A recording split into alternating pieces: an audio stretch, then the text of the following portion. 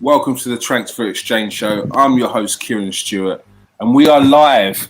And today is a Liverpool special, and we are joined by freelance Premier League accredited journalist Keifer McDonald. How you doing, Kiefer? Hi guys, thanks for having me. Looking forward to making my debut. Not a good time to be talking about Liverpool, but no, it is.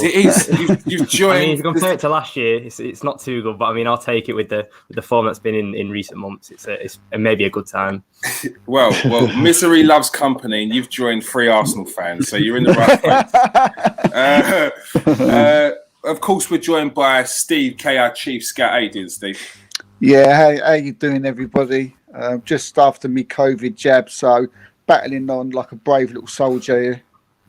Brave little soldier. Someone needs to give him a pat on the back. He feels sorry for himself. He feels sorry for himself. I thought he'd have a sticker from his jab. Do you know what? When we come out, they were giving everybody stickers and lollipops. And I walked and you past, took 2. No, they never give me a sticker. I went back. I said, "Excuse me, can I have a sticker?" Yeah, Steve, I'm not surprised. Jerome, our head of player analysis. How you doing, Jerome? Yeah, good, thanks. I was going to say my nephew hurt his back the other day and he had to go to the doctors, and they gave him a sticker saying I was brave. So I'll get some to send some to Steve in the post. Steve will take the sticker. Send them down. Steve wants his sticker. Yeah. People watching there thinking of a joke. He's having a laugh. No, he's not. No. We've heard about Steve. Steve had his jab. Go on, tell the world, Steve. Steve had his jab. He's in a little bit of a pain still. His arm's hurting, flu-like symptoms at the moment, but he's getting over it. Are we going to get some comments? No one comment. Cares, do they? No one cares. No one cares. Literally, not one person. Go on, give us one inkling that you care, please. Nothing. All right, we're going to get on with the show, and hopefully it's on a delay, Steve. It's on a delay. That's what it is. They might come up. I'm sure they will come. I'm sure it will. Actually, Nathan's on a live international call to the FA, I think, from Africa. So I'm not sure he's going to be joining us tonight. He may pop in sometime, but if not to worry, we'll catch him soon. Keifer, we're here to talk about Liverpool. We're not here to bash Liverpool, but it's not been the greatest of seasons. Off the back of what has been two exceptional years. Whoa.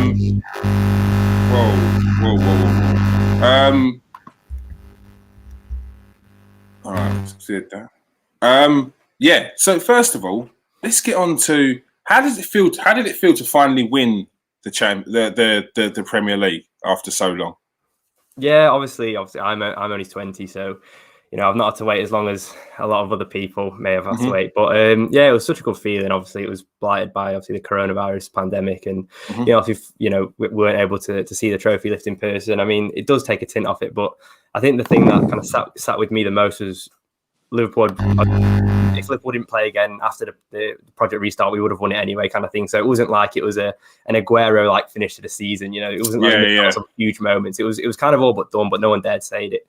Obviously it was gutting, and I think the players deserved obviously like a parade or having the fans in the ground. So from that kind of angle, I was a bit gutted on their behalf, because obviously there'll be players, your Wijnaldums, even your Lovrens, who will be going or have left now, who would have liked to have that kind of final moment. Yeah. But I mean, if you'd offered me winning the Premier League in any fashion, I would take it. So I'm not going to complain. Yeah. So towards the end, after the break, the league was all but won. Do you feel that Liverpool lost a bit of focus towards the end of that season, or do you feel that they switched off maybe a little bit? And do you think that that's maybe carried on into this season? I mean, it's so hard because, like you say, we've set such high standards, and I think Pep and Klopp over the last 3 or 4 years I was saying this to my mate the other day, they've made 95 points seem like the necessity. It's not normal. If you look back at previous year, I think Leicester won the league on 83 or 84 points in 2016. So I think the standard that the two clubs have set themselves, because they're both probably at their peaks in recent years, it has had to be 95 points. So I think as soon as you start below that, everyone starts to question, hunger. And I don't think the hunger is gone from this Liverpool side. I think it's hard. I think it's hard to kind of judge what's gone wrong, especially like say after Project Restart. There was a lot of defeats, and you can blame that on maybe had the eye gone off the ball, but I think also you got to remember they didn't play football for 3 months, so you're never going to hit the ground running. Even fitness, you saw with the water breaks, the 5 subs and even this season with the lack of fans, there's been crazy results. Look at Tottenham winning 6-1 at Old Trafford, Liverpool losing 7-2 at Villa Park. It's just been such a crazy season. I mean, I do agree with you in a sense. I think that maybe we've had a bit of a hangover this season, but I think that's mainly due to like the short pre-season and kind of everything that's happened in the last year, rather than just a Liverpool-related issue. I think it's been something that the rest of the league have felt full effect of as well. Have you noticed any differences though? I mean, because you're the best person to ask. I mean, because we can all point fingers from the outside and say they've switched off, they're this, they've lost focus, they didn't. But what have you noticed by watching them? The difference between maybe, even if it's the fans being there, the difference you've noticed between the players without the fans of last season to this season? I think mentally it must be, obviously I'm not a professional footballer, but training every day at Kirkby, and then you go to Anfield on a Saturday and you've got 45, 50,000 people. It gives you that extra 5-10%, doesn't it? And I think every game at the minute must feel like a training game. And like I say, that's not just for Liverpool, that's for every team in England. And at the minute who are having to play behind closed doors, it must be such a hard factor to try and gear yourself up when you're not playing in front of anyone. I think you only have to look at the Barcelona comeback 2 years ago, the Dortmund comeback 4 years ago. Those games don't happen if there's no fans there. So from that perspective, and even in the last couple of months, there's been a huge drop off. I think people forget we were top of Christmas. Everything was pretty plain sailing, and it's just been in the last kind of 12 weeks, maybe 3 months, that Liverpool really dropped off. And I think that's where we're kind of maybe seeing the fatigue kick in from last season over the past couple of years, really. Do you think recruitment could have made a difference there?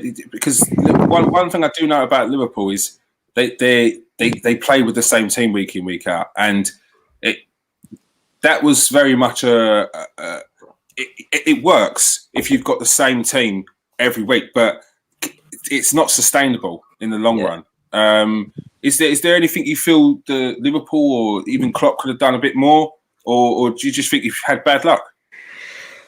I think obviously the injuries don't help, because I think it highlights the issues further that Liverpool squad is pretty thin. You've got probably 13 players who probably challenge for a first 11 spot, but after that, you even have to look at Firmino and his form over the last 12 to 18 months. He's got Origi knocking on the door. It's not exactly a threat.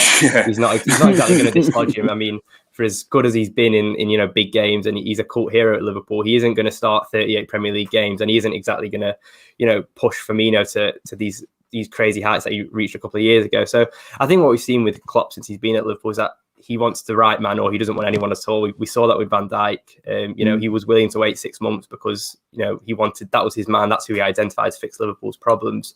So I think obviously maybe you can say there's been a bit of stubbornness, but I think like you just got to look across at Man City, and they could probably field 2 Premier League teams and probably come first and second. And I think it's just, I think because Man City have got so much depth and Liverpool have got not enough, it kind of amplifies the problem even more. So I think definitely as well, when your squad gets kind of ripped apart with injuries like we have been, it does highlight the issue. Go Steve. Yeah, no, I was just saying to Kit, I mean, none of us like to, bring up excuses on why, we haven't done it this season than other seasons, and unless you're Arsenal, and we're allowed to have excuses. So, that's because just for Arsenal fans. But the defence, we'd have to talk about the defence. You've had 3 centre halves. In a matter of weeks, they all just dropped like flies. I mean, how much of a difference does it make? I know it's made a difference, but is that the one that scuppered your challenge for the title this year?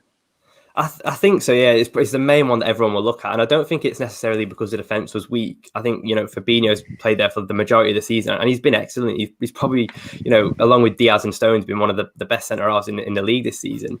But I think it's what you lose when you put Fabinho and you put Henderson. You take them out of that midfield. And we've seen how when Henderson isn't in midfield, how it affects Trent and Robertson going forwards, and that's Liverpool's supply line for the last 2 or 3 years. So I think, not necessarily because we've had poor centre-halves. It's just mainly what you lose going further up the pitch. And even with the likes of Thiago, we're seeing now that he's kind of coming into his own. But for the last 8 weeks, he's been playing with, different partners every single week. And I don't care how good you are, if you're not having a set kind of 3 midfield, you're never going to win football games or win big trophies. Yeah, there have been good. Yeah, just carry on from that. Just from talking about excuses. I mean, we was talking about how certain teams, which I was talking about a few weeks ago, how when they're playing at home, it just affects them in different ways. You've seen Leeds and Sheffield United, for just to name a two, who's really been affected by not having fans at the ground. I mean, how many points has the Klopp, not being there this season? I mean, if you're going to Liverpool, for me, and you've not got that screaming at you, straight away you're on a little bit of a buzz, and the home team's on that little bit of a downer. I mean, is that something that you think's affected them? Yeah, it's definitely. Like I say, I don't want to make excuses. I mean, I don't want to sit here and say, Liverpool have lost because they haven't had fans. Because at the end of the day, it has been an even playing field. But I definitely agree with you. You only have to look at the last kind of 6 games at Anfield. Who's won? You've had City winning for the first time since 2002. The 1 year there's no fans. You've had Fulham winning for the first time in God knows how long. You've had Burnley winning there. So it's like you've had all these teams, and it kind of gets to the point where you think there's a pattern here. They're all playing the same way. They're coming out and attacking Liverpool, where in previous years when the Kop's been there and Anfield's being full, they kind of sit off and they kind of think they're kind of already beaten before the whistle's even blown. And I think teams now, Burnley kind of set the blueprint and the precedent, but teams now are definitely kind of just following one blueprint of how to beat Liverpool at the moment. And I'm just hoping that somehow we can get all our games moved to Budapest or something, because we don't look like winning at Anfield. So yeah, it's a bit of a concern. Yeah, are you a little bit worried that they may have taken away that sort of that mental edge? Because I remember back in the day when Chelsea hadn't lost any games at home, and then when they finally did, it was almost as if the floodgates opened. It was like there wasn't that fear anymore. It's a bit like Man United as well. I know Man United's team has changed and it's not the old Man United of old, but still, when you went to Old Trafford, there was that fear. Now teams don't have that same fear. Do you worry that might still be the case, even if the fans come back? It's hard to tell. It's like waiting for a London bus, isn't it? You wait for one and then three come at once. I mean, it's 68 games unbeaten at Anfield was just crazy. I mean, it got to the point I was going every single week, and it doesn't matter who we were playing. If it was United, City, you just thought it was just a given. And it's kind of, it's like you say, apart from Chelsea, I think theirs was 84, 85, wasn't it? Their kind of winning run. It's just absolutely crazy to not lose a home game in 4 or 5 years. You think how unnormal it is. 68 Premier League games. That's nearly 2 full seasons. It's just crazy. And I think from that kind of point, they're kind of victims of their own success in a sense, because if they hadn't have put that record together, they'd maybe not be as they wouldn't be as kind of harshly criticised, but it's because they've set their own high standards over the last 3 or 4 years, and now they're being compared with that. Like I say, the 95 points, in back-to-back seasons, and now they haven't achieved that. It's kind of like, well, they're failures and they're this and that. And at the end of the day, then they're not really, because you look at where Liverpool were, prior to Klopp, the back end of Brendan Rodgers, couldn't even get into top 4, and now you've got people saying, well, if we win the Champions League, like that's unheard of. Like a couple of years ago, saying, oh, we'll take the Champions League this season. It just shows kind of how far we've progressed over the last couple of years. Yeah. Speaking of Champions League, like, your season's not over. You're still at 5 points off a full spot, and you're in the Champions League against Real Madrid. And if anyone's going to do anything in the Champions League, it's the specialists of the Champions League, Liverpool. Do you think you can push through this season and win back that title? It'll be hard. It'll be really hard because I mean, you only have to look at the sides who could potentially face in the final. That's getting past first a good Chelsea side who they've been really, really good under Tuchel. They've really impressed me. I mean, at first I wasn't really convinced with bringing Tuchel in, but they just seem like a different animal. Cynical, isn't it? Yeah, really, really good, really disciplined. It's that German way of thinking, that German way of playing football. It's disciplined, and I don't think people have been able to deal with it. Obviously, you've got like City potentially in the final. You've got PSG, you've got Bayern Munich, you've even got Dortmund, who in a one-off game with the form that Haaland's in, I don't think you wouldn't want to face them. So I think, like you say, if anyone can do it, Liverpool can. I think Real Madrid is more than winnable. I think Liverpool should be setting their sights on Chelsea. It'll probably be in the semi-final, and then over two legs. You think we've had Chelsea's number in Europe numerous times, 05, 07. So. Yeah, and especially with an Istanbul final, Liverpool have got history, so I think they'll definitely fancy themselves. Yeah. I don't think I'll ever forget that final. It was what a game! That was something else, weren't it? That was unbelievable. Kiefer, with we've got the three musketeers, haven't we? Salah, Mane, and Firmino. I mean, do you think? And this is not what I think, but two sort of questions in one. Do you think that there is need for a change? And just in with that question, do you think it's unfair that the one that keeps on seeming to be we've got to sell is Firmino? Yeah, I mean, again, he's like, he's a victim of his own success in a sense, because he's just changed that role completely over the last couple of years. That false nine, when he first came to England, he struggled, and then Klopp kind of implemented that German kind of Brazilian kind of false nine thing, and people have copied it because it's worked so well for Liverpool, and especially when you got two inside forwards like Salah and Mane. But I think it's more. I don't think it's a coincidence. Obviously, Firmino's kind of the cog, isn't he? He's the one who does the press, and he's the one who does the running. We've seen all the stats, we've seen all the numbers. I don't think it's any surprise that we're seeing him kind of potentially, drop off first, because the amount of running that he has done, he's run himself into the ground. He played 45 games a season for 3 seasons running, because we haven't had that depth that other teams have had, and no one can really do his role. I mean, you can go out, you can talk about how good Salah and Mane are, but one Firmino is on his A game. No one can do a job like him in world football. It's such a unique role. So in that sense, I think he's played the most minutes under Klopp since he arrived, and it makes sense why. But I think the signing of Jota in the summer, I think, has kind of given him a bit of a rocket up the arse in a sense, because he's had to perform, because Jota hit the ground running.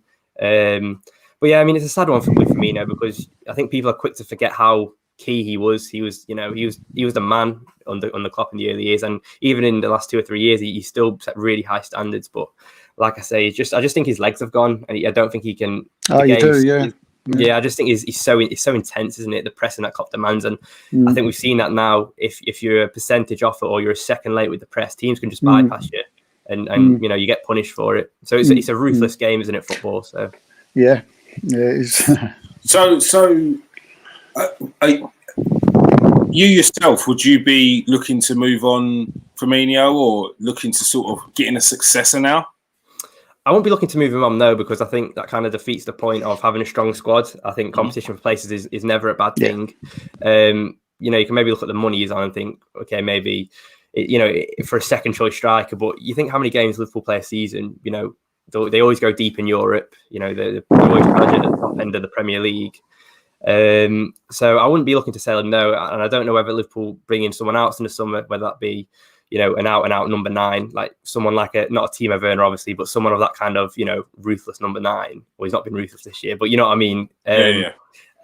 Or just kind of keep going with Jota, and he kind of is a new kind of number 9 of the front three. And then you kind of make Firmino work for it. But like I say, the amount of games Liverpool play, Firmino's easily going to play 25 games a season. And, even if he's on the pitch for 20, 25 minutes a game, he can change it. He's that good. He's class.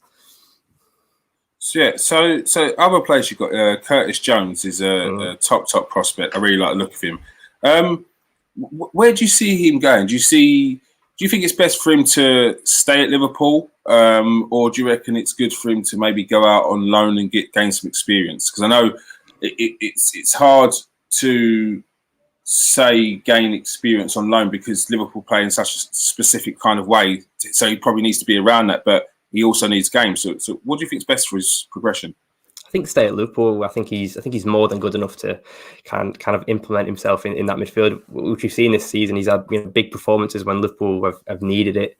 I was kind of one of those in the last 18 months. I wasn't sure where he fits in, because you only have to look who was ahead of him. You had Naby Keita had just come in. You've got Oxlade-Chamberlain was playing really well. You've got now you've got Thiago coming in. You've got Milner, who can always do a job. You've got Henderson. The list goes on of Liverpool's midfielders. So I was quite worried in that sense of, where does his game time come? But he's grabbed it by the scruff of the neck whenever he's been called upon. And I think, I couldn't see him going out on loan. I think, like you say, Liverpool play such a specific way. And I think he's got that trust from Klopp.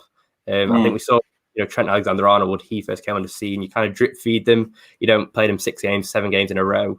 You kind of, dip them in and dip them out kind of thing to get them used to it. And also just so they don't kind of get crushed if they had a bad performance. So they're always got to think how young he is. He's learning on the job essentially, but I think he's class. And I think, with him being a local lad as well, I think Liverpool fans have taken to him really well. And I think the sky's the limit for that boy. Yeah. Are your fans being patient with him? Because I know, like, some as you said it a few times, some of these young players are a victim of their own success. So you get a lot of the fans screaming for them to play when your team's not quite ticking, and they're saying he should be playing. Why aren't you playing him? Are your boys being patient with it, or are they rushing him into getting game time? I think it's one of them. I mean, sometimes he'll play really well, and then you won't see him for a couple of weeks. And I think it's the same probably with you lot and Smith Rowe at Arsenal. You don't want to put too much pressure on him, but you kind of get caught up in the hype of when he puts a good performance in. You think, he is the real deal. Yeah. So I think Klopp's kind of managing him well, because you only have to look at Sterling when he was at Liverpool, and he got exposed to too much too soon, I would say. Yeah. And it's kind of, obviously it's not damaged him, because obviously he's gone to become a fantastic player, but initially you can there was a period where Sterling just went on a barren run for City, in England kind of thing. He couldn't score. So I think you've got to manage the minutes, manage kind of their easing him into the game. But I think the fans are realistic with him in the sense that they know how good he is, but he's got a long way to go until he becomes a top midfielder. Yeah. Are there any other youth players you've got that you're looking forward to potentially seeing come through into the first team? There's Harvey Elliott is the obvious one at Black. At the minute, he's just a joke, isn't he? For 17, I mean, I can't exactly remember what I was doing at 17, but I definitely wasn't scoring goals in the Championship. He's just scary how good he is, and I think everyone in and around the club, that kind of seems to be the message. They all kind of realise how big he is, how big his future is, how big his potential is, and I think next season we'll see a lot.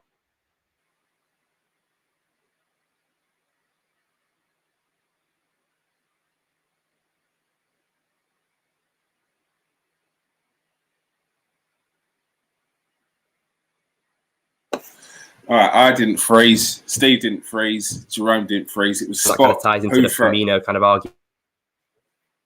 Right, you just froze there a bit there, Kiefer.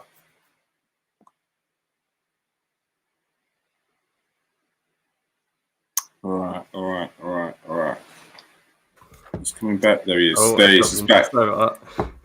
Yeah, no, you was just saying you just froze just near the start of that.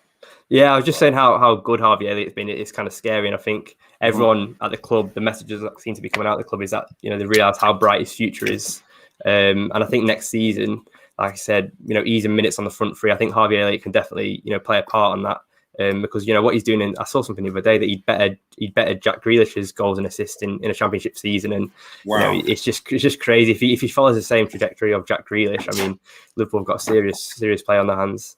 Yeah, I think people forget how young some of these kids are. Because I remember we've seen Harvey Elliott before, and it's very easy to sort of not dismiss him, but think he's not quite there or he's not. But then you realise how young he was at the time when he was playing maybe against Arsenal, when he was playing last season in the cup game. So he is progressing. He is progressing really well. And it's good to see another England youth player coming through. We got onto the summer transfer window. What is it do you think that Liverpool need? What would you bring in position wise?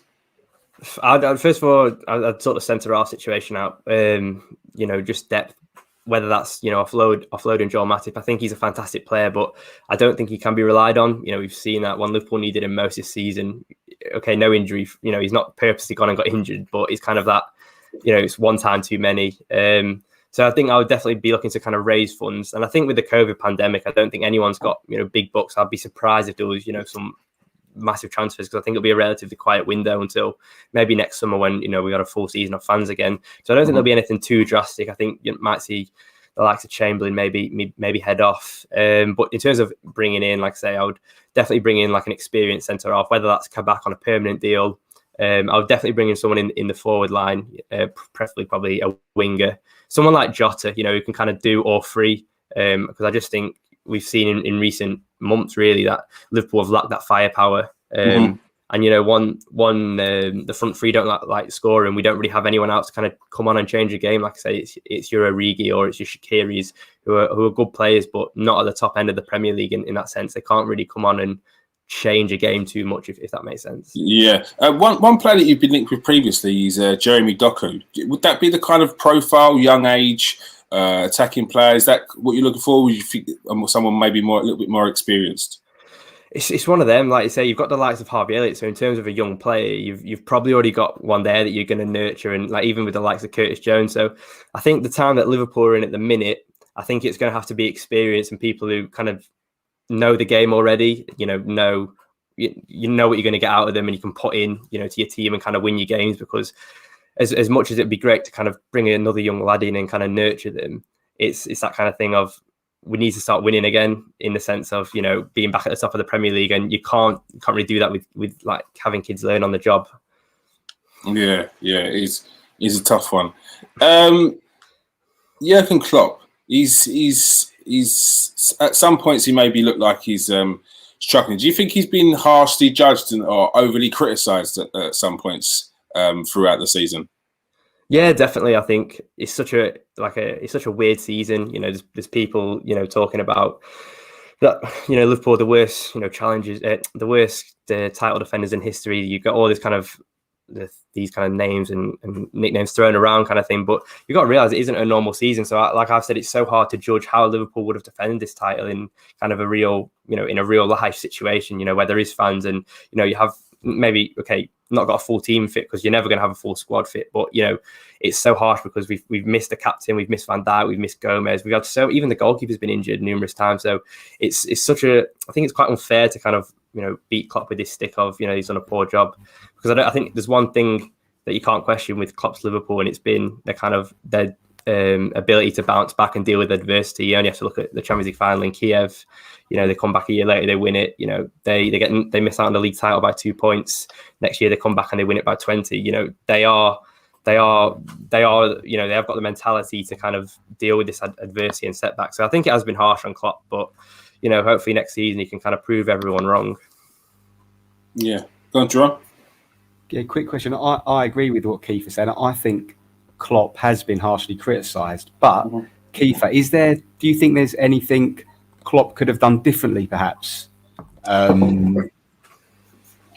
Yeah, I think in a sense it's hard to know what goes on behind closed doors in terms of the boardroom, and I think Klopp made it clear in January that he wanted a centre half, and he spoke about it at lengths, and he didn't get one until the final day of the window. And the centre half he brought in was someone from the bottom end of the Bundesliga and a mid-table Championship defender. And don't get me wrong, no disrespect to either of them, because I think Kabak in recent weeks has been really good. But if Pep wanted a centre half at City, he'd get his pick of anyone in the world. So I think it's kind of, it's quite hard to kind of be like reasonable with it, because you think, Liverpool haven't been as good as last year, but Klopp, they wouldn't have got to where they were last year if it wasn't for Klopp. So it's kind of like, I don't really get the argument. Do you think he's getting the full back in the board? It sounds, when you say, do you think he's getting the back in the board, it makes it sound like the board's against him, and I don't mean that. I just mean, do you think he's getting the full support with regards to when he needs a player, he gets it? Because if you look at what he's done, he's kind of earned the right to have a little bit of what he needs, he gets, kind of, if you know what I mean. Yeah, definitely. I think obviously, it'd be lovely to know what goes on behind closed doors between Klopp and FSG, but the reality is we'll probably never know. I think FSG have kind of they obviously benefited off Klopp, but I think they've kind of got through like skate free in the sense that they haven't really backed him out of their own pockets. Really, Klopp's kind of had to sell to buy in a sense. He's sold Coutinho, he brings in Alisson, he brings in Van Dijk. FSG have never really put their hands in their pocket and said, okay, we're gonna. You're not gonna have to sell anyone. You're gonna go out and get that striker, or you'll go out and get that centre off. He's had to earn it, and I think with any other manager, it probably there's a lot more stick on FSG. So I think in a sense they've been really lucky because Klopp has, whether you like it or not, he's performed a miracle really. Liverpool were lingering in mid-table. They were a sleeping giant again under Rodgers, and they kind of had that 13-14 season, but it was kind of a house built on sand. There was no real solid foundations. It was kind of a bit of a freak season. And apart from that, no one's really come close to winning the league with Liverpool, and Klopp's obviously gone and done that, and the Champions League. He's added his kind of name to these kind of list of legends, the Bob Paisley's, the Bill Shankly's, So it's it is you don't know what is going on behind closed doors.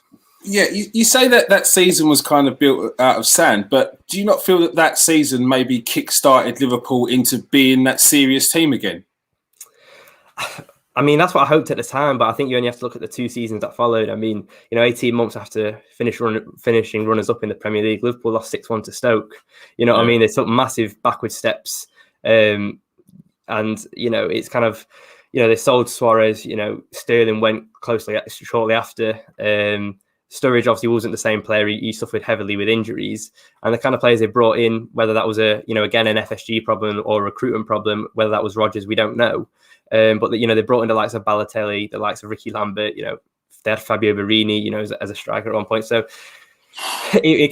all the work they did in those kind of 18 months or the first 18 months under Rodgers, they kind of just eliminated that summer after the league title thing. So I think when Klopp came in, we did have to start again, and you have to look at that with some of the league finishes. I think in his first season we finished 8th. No European football, and then it was kind of the heavy metal football started in 2017.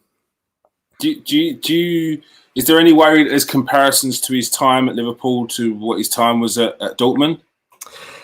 This is something that I've seen a lot discussed at on Twitter at the minute, and people are kind of trying to draw comparisons, and I think there is comparisons to be made. I think one thing I will say that Klopp, not that he'll be listening, but I think one thing that Klopp one thing that he can kind of learn from is I think sometimes he's a bit naive in the sense that it's kind of his way or no way, in terms of we've seen that with the playing style. He hasn't had, we've seen with Klopp's system, he needs 11 cogs to be fully functioning to kind of reach that peak level.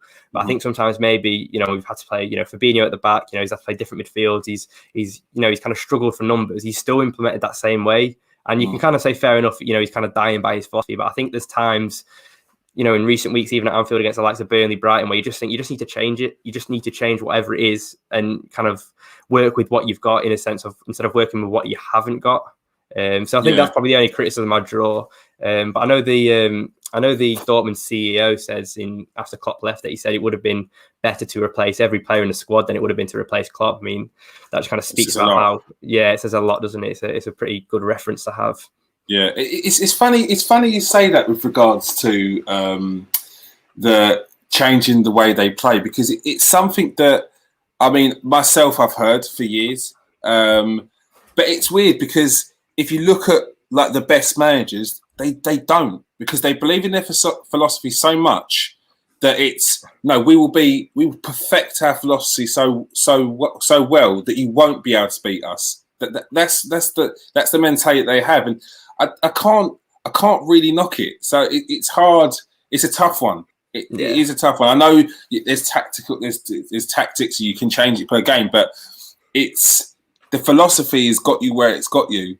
And it's a real tough one. It's a real tough one. It's a strange one because you're damned if you do and you're damned if you don't. If he changes it and Liverpool, if he changes it after the Burnley defeat and Liverpool go and lose 5 more home games like we've done, but he changes his tactics, people are saying, maybe has he lost faith in himself? And, all those questions start to arise. But if he doesn't change it like he hasn't and we lose 6 in a row at Anfield, people are saying, well, you should have changed it after the Burnley defeat. You can't win. I think it's just a matter of kind of personal opinion. It's the thing with football fans, we all think we are the best managers in the world, but there's a reason, we're not managing Liverpool or, Arsenal's or Real Madrid. Or even our Sunday league teams. Exactly. There's a reason.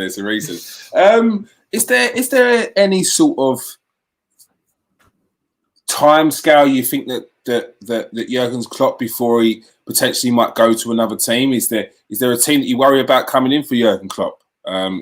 Is this something that's in the back of your mind? Not really. No, I think obviously in recent weeks with his personal circumstances and everything that kind of went on, I think people were maybe a bit worried that I know there was rumours, heavily circulating that he was going to maybe walk at the end of the season or even mid-season. But apart from that, I think he's taken Liverpool right to the very top again. With what he's won, I think Liverpool. You've even seen that with recruitment, people want to play for Liverpool. Yeah. Instead of Liverpool being a stepping stone, they are now the pinnacle. So in that sense, I don't worry about other teams having a big attraction. I think it's fairly well known. Obviously, his contract runs out in 2024, and I think after then, I don't think you're re-signing in a sense, because I think there's a lot of talk that he has like his time span with teams, doesn't he? 5, 6, 7 years, whatever. Well, yeah, with Dortmund and with Liverpool, obviously he's probably going to overstay that. But I think after that, you'll probably want a fresh challenge. And even the COVID-19 pandemic, I think it's made everyone realise that you probably want to be closer to home. In that kind of sense. So I think you'll probably the one job that I do think he'll get is maybe the national team. I think he could take that in 2024 after the Euros or before the Euros or whatever. Yeah, well, yeah. I mean, it's hard to think who would be out there to replace him. It's always a tough one. Is there anyone you would potentially in the back of your mind think that could replace Jurgen Klopp?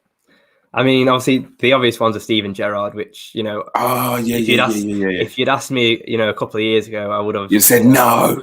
Well, I probably would have said yes because it was the dream. But no, not obviously when he started out. But I mean, I think now if you look at Lampard and Chelsea and how that ended, I think everyone's kind of put their guard up a bit and thought, Steven Gerrard probably our greatest ever player, in the sense that Lampard was with Chelsea. And the way he was kind of not hounded out, because I know a lot of the fans were kind of upset with the way he was sacked and everything, but it's a brutal business. And, Abramovich, obviously really good friends with Lampard, but, you had to sack him and he didn't give him that time. So I would be worried in that sense that something would happen. But I think Gerrard needs another step between Rangers and Liverpool. I think whether that's someone of like maybe a Leicester or, someone of that kind of level. I think the Newcastle job could be a good job for him, if he kind of steadies their ship.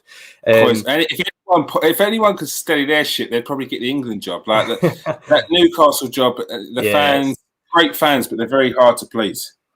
Yeah, I think it's one of those with the Newcastle job. I think if you tap into that and you get whoever does get it right, you'll go down in kind of folklore because, like you said, they've got a huge ground, they've got a huge fan base. They're a massive club. I think people forget, don't they? Especially people of my age. How big Newcastle were in the before the noughties and whatever. But in terms of after Klopp, I think there's a lot of talk about Pep Lijnders. I think he's kind of earmarked as kind of maybe a successor, maybe that's something alongside Gerrard where he takes the main role and Gerrard comes in and kind of learns his trade. But I think Liverpool will want to keep kind of Klopp's philosophy, and maybe that's something that kind of spills down to the youth teams in a sense where they kind of implement what Klopp's kind of done inside the Liverpool way in a sense.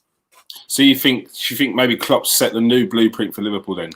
I think so, yeah, because it's money ball, isn't it? It's what FSG want. It's kind of bring players in, and you don't. As I think Klopp said it once, you make superstars, you don't buy them. And I think for any football club, especially at the minute, that's the way they want to do it. They don't want to be spending 90 million on players already world class and maybe get 2 or 3 years out of them. You want to make them and sell them. Football's a business at the end of the day, and if you can make money through making good players, implementing a good philosophy, then you're going to be one of the best in the business and you're going to enjoy a lot of success out of it. Yeah, it's very true, very true. Just on the back of talking about transfers and the England team playing today and yesterday or the other day, was there anyone in the England squad that you would take for Liverpool? Any one of them that you feel would improve your squad? The obvious one's probably Harry Kane. I think he gets into most teams in the world. Whether he kind of fits Klopp's philosophy is another thing, but I think any team in the world would take Harry Kane. A player who I really, really, really like. A lot of the midfielders, but in this current England squad is Mason Mount. I think he's fantastic. Okay. I think he's unbelievable. I think his energy. There's a reason he's won over so many managers. Southgate, Lampard, Tuchel. He's had to start from the bottom with each one, and you just think he's a complete footballer. Do you find it a bit odd that every manager they kind of maybe not Lampard as such, but they've all come in and sort of had an idea to put someone else in and then bring in Mason Mount in the end. Yeah, I think that when Lampard, obviously, there was a kind of joke, wasn't there, that he's, Lampard's son, he's like the teacher's pet. But, with Tuchel, I think Tuchel benched him the first game. I think it was Burnley or Wolves maybe. And, Mason Mount's probably Chelsea's best player this season. And he dusted himself down and, he's proved Tuchel wrong in a sense, really. And it's the same with, England. You've got Grealish, you've got Maddison, you've got all those kind of players in midfield. And, Mason Mount I think he scored today, didn't he, against Albania? He's the pick of the bunch, really. I just think he's a complete footballer. I think Liverpool, he'd be, obviously it would never happen. But I think he'd fit into our team really, really well.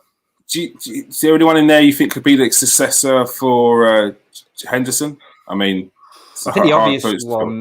the obvious one maybe is probably Declan Rice. I think they're probably the two most similar players. But I think Henderson's got a bit more in terms of he's a bit more box to box than Rice. I think Rice kind of strikes me as, I think Rice's best position is probably as a 6 rather than a box to box, because I don't know, that's just personal preference. But if you were drawing comparisons, you'd probably pick those two, wouldn't you? Yeah, true. Do you not think that since that Henderson has flourished more at Liverpool, his game when he was at Sunderland was maybe not as much, whereas now at Liverpool he's had to up his game tenfold, and now he is got that more expansive play. He's got a wide range of passes. He works all up and down the pitch. Yeah, definitely. I think even you can say under Klopp as well, because he's kind of his first kind of 4 or 5 years at Liverpool, he was kind of fighting a losing battle, because he was Liverpool weren't the greatest at that time. They were kind of on a decline, but he was playing with Steven Gerrard, and it was kind of, especially when he took over the captaincy, he had the hardest job probably with success in Alex Ferguson, probably the hardest job in football, really. Whoever it was going to be that captain who took over Gerrard, they were never ever going to please the fans. But I think, credit to him, I think he kind of made it his own, and he didn't look at those comparisons. He became his own man. I think that, it talks massively about him as a person, and it's similar to Mount. He's had to prove different managers. He's had to prove a lot of them wrong. I think Rodgers there's a famous story, and Rodgers wanted to swap him for Clint Dempsey in 2012. Henderson said, "I'm not going," and then 6, 7, 8 years later, he's a Premier League winning captain. He's a Champions League winning captain. He's a Super Cup winning captain. He's a Club World Cup winning captain. He'll go down in history. This summer is 10 years since he signed for the club. Probably talks of a testimonial coming soon. It's just, if you told, I think, him when he first came to Liverpool that all this would unfold, I don't think you definitely wouldn't have believed you. Was it Kenny Dalglish or was it Roy Hodgson? Dalglish signed him, 2011. He was part of these. How far you've come since then? He came in with the likes of Donny, I don't know, the goalkeeper, Charlie Adam, Stuart Downing. He was kind of that kind of forward of players, and the only other one that really succeeded at Liverpool under kind of Dalglish that he kind of handpicked was Suarez, obviously. So it says a lot, really, that they were kind of the mainstays. Yeah. And next season, where'd you go on from here? Next season, looking to win back that title. Yeah, I think that's definitely the aim. I think we wrestled it off Man City, and they've kind of wrestled it back this year. I think next season, I think everyone, United have maybe been building up for this kind of couple of years under Solskjaer, and they've kind of lacked consistency. But I think, the first year back with fans, everyone is going to be so desperate for that title. I think Liverpool will feel cheated in a sense that, they didn't get to celebrate with fans. I think other players that are still there, it will add that hunger in the belly as to, we are going to win it. There isn't going to be a pandemic at the end of the season, touch wood. So I think next season, that's got to be the aim for Liverpool to go and win the Premier League again. Yeah, definitely. And hopefully you do something in the Champions League this season, because how tough would it be without getting in that Champions League spot? Honestly, it'd be so tough. I think it puts them 12 to 24 months behind kind of schedule, really, because there's talk of this summer of some big transfer rumours happening. Personally, I don't think anything big will happen this summer because of the pandemic, but there's talk of Haaland, maybe leaving Dortmund. Then you've got Mbappe. I think his contract runs out next summer, I think it is. So you've got those kind of players who might be on the market, and you think if Liverpool are not in the Champions League, it's going to be a massive blow for them, and it's going to put them back. Obviously, they'll still have the attraction of playing for Klopp and playing at Anfield, and they aren't this kind of squad hasn't come to its end. They've still got Mane, still got Salah, still got Van Dijk, but it'll be an easier sell if they are in Europe's kind of Premier competition. Mm-hmm. Do you think that top four is out of the question this year, or do you think they're going to give it a last push? It wouldn't surprise me if you put the nail on the head in it. Depending on kind of the Arsenal result, the first week back or this weekend, isn't it? I think we've seen time and time again that especially when we were in the Europa League in his Klopp's first season, he kind of prioritised. He was like, right, we've got a good shot at winning this now. He knocked the league on the head, and he was like, it's going to be Champions League football or nothing. And obviously the following season it did benefit us because you Arsenal fans will know how hard it is in Europa League. Thursday, Sunday. So I think in an ideal sense, I think Liverpool, we've got a perfect chance of winning the European Cup again. But I think if Liverpool were to finish, 8th or 9th, I think that would probably be better than playing in Europa League. That's just a personal kind of viewpoint because it gives you a clear run next year of one game every week and it's manageable. Yeah, I think I underestimated how tough it would be. And do you know what? It didn't even really hit me until probably once we lost in the final, and then realised how much it took out of us that season, how much stop-start, how much it's not the way forward, and we could see even more so this season. The results following the Thursday games have been generally poor. So yeah, it's definitely something you don't want to get back into. Steve, do you feel that Liverpool still have a chance to get that top four finish?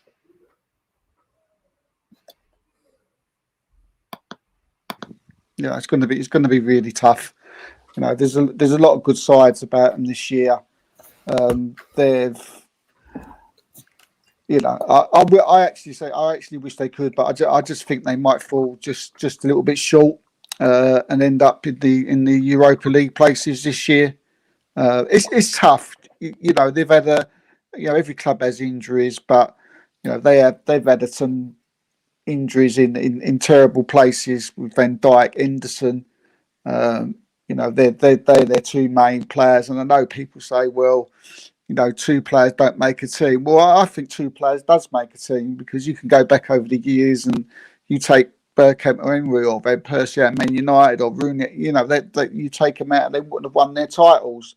So I think people are being a little unfair to Liverpool. There. I think they're fall a little bit short this year, Liverpool. Yeah, and Jerome, do you think Liverpool got a chance of winning the Champions League, and maybe if they don't get that top four spot, potentially get it through that route? Yeah, definitely. I mean, there's no disrespect meant here, but it's been such a mad season. Like anything can happen.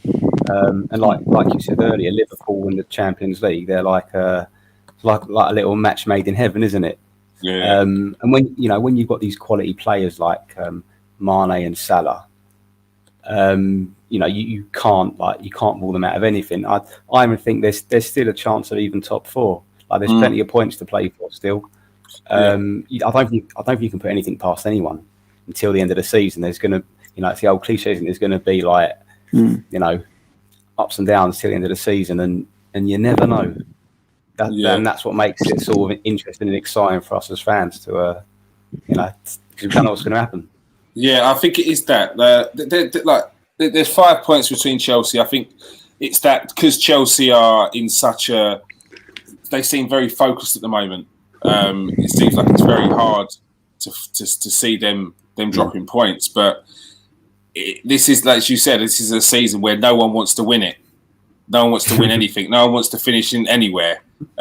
So it remains to be seen. Kiefer, thank you very much for joining us tonight. Top guest. Could you let everyone know where they can find you? On Twitter, Instagram, whatever you're on. Yeah, I'll do a shameless Twitter plug. Do it, mate. At Kiefer Mac and then D. So Kiefer Mac D is on Twitter. You can find me tweeting about football there. All right. Cool. Thank you very much for having me, guys. No, of course. Anytime, Kiefer. Yeah, we'd definitely love to get you back on for the end of the season. See where Liverpool got off. Maybe the end of season like preview, whatever. So yeah, we'll definitely have you back, Kiefer. Thank you very much. All right, Cheers, take care, Kiefer. man. Thanks, See you mate. later, mate. All right, bye. Cheers. All right. Kiefer has left the building, and he has been replaced by Simon Powell. How you doing, Simon? Paid off. Well, what's up? I hate my internet. Absolutely hated it. I've been sat there since 15. All right, don't worry. It's all good. You're here now. How is everyone doing in the comment section? They're good. We've got Reyes in there. We've got Arsenal Alex. How you doing, Arsenal Alex? Make sure you press the likes and subscribe button. Share button. Share with your friends. We've got plenty more going on tonight. Boom. Before we go on, there is no Guardian Top 60. There's no Guardian Top 60. It's slightly different now. Now we have the Athletic under 21 players to watch. It's heavy breathing there. Under 21 players to watch, and Jerome, you've picked out. You're picking a bunch of them. Who have you got for us this week?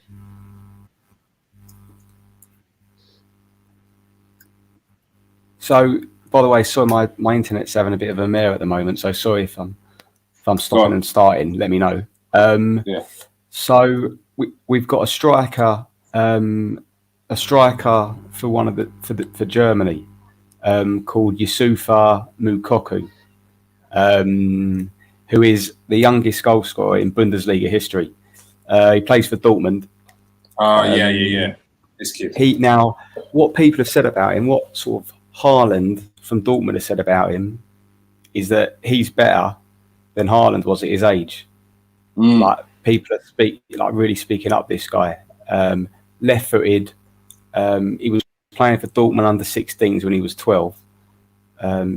Just like the same as Haaland, like a goal-scoring machine.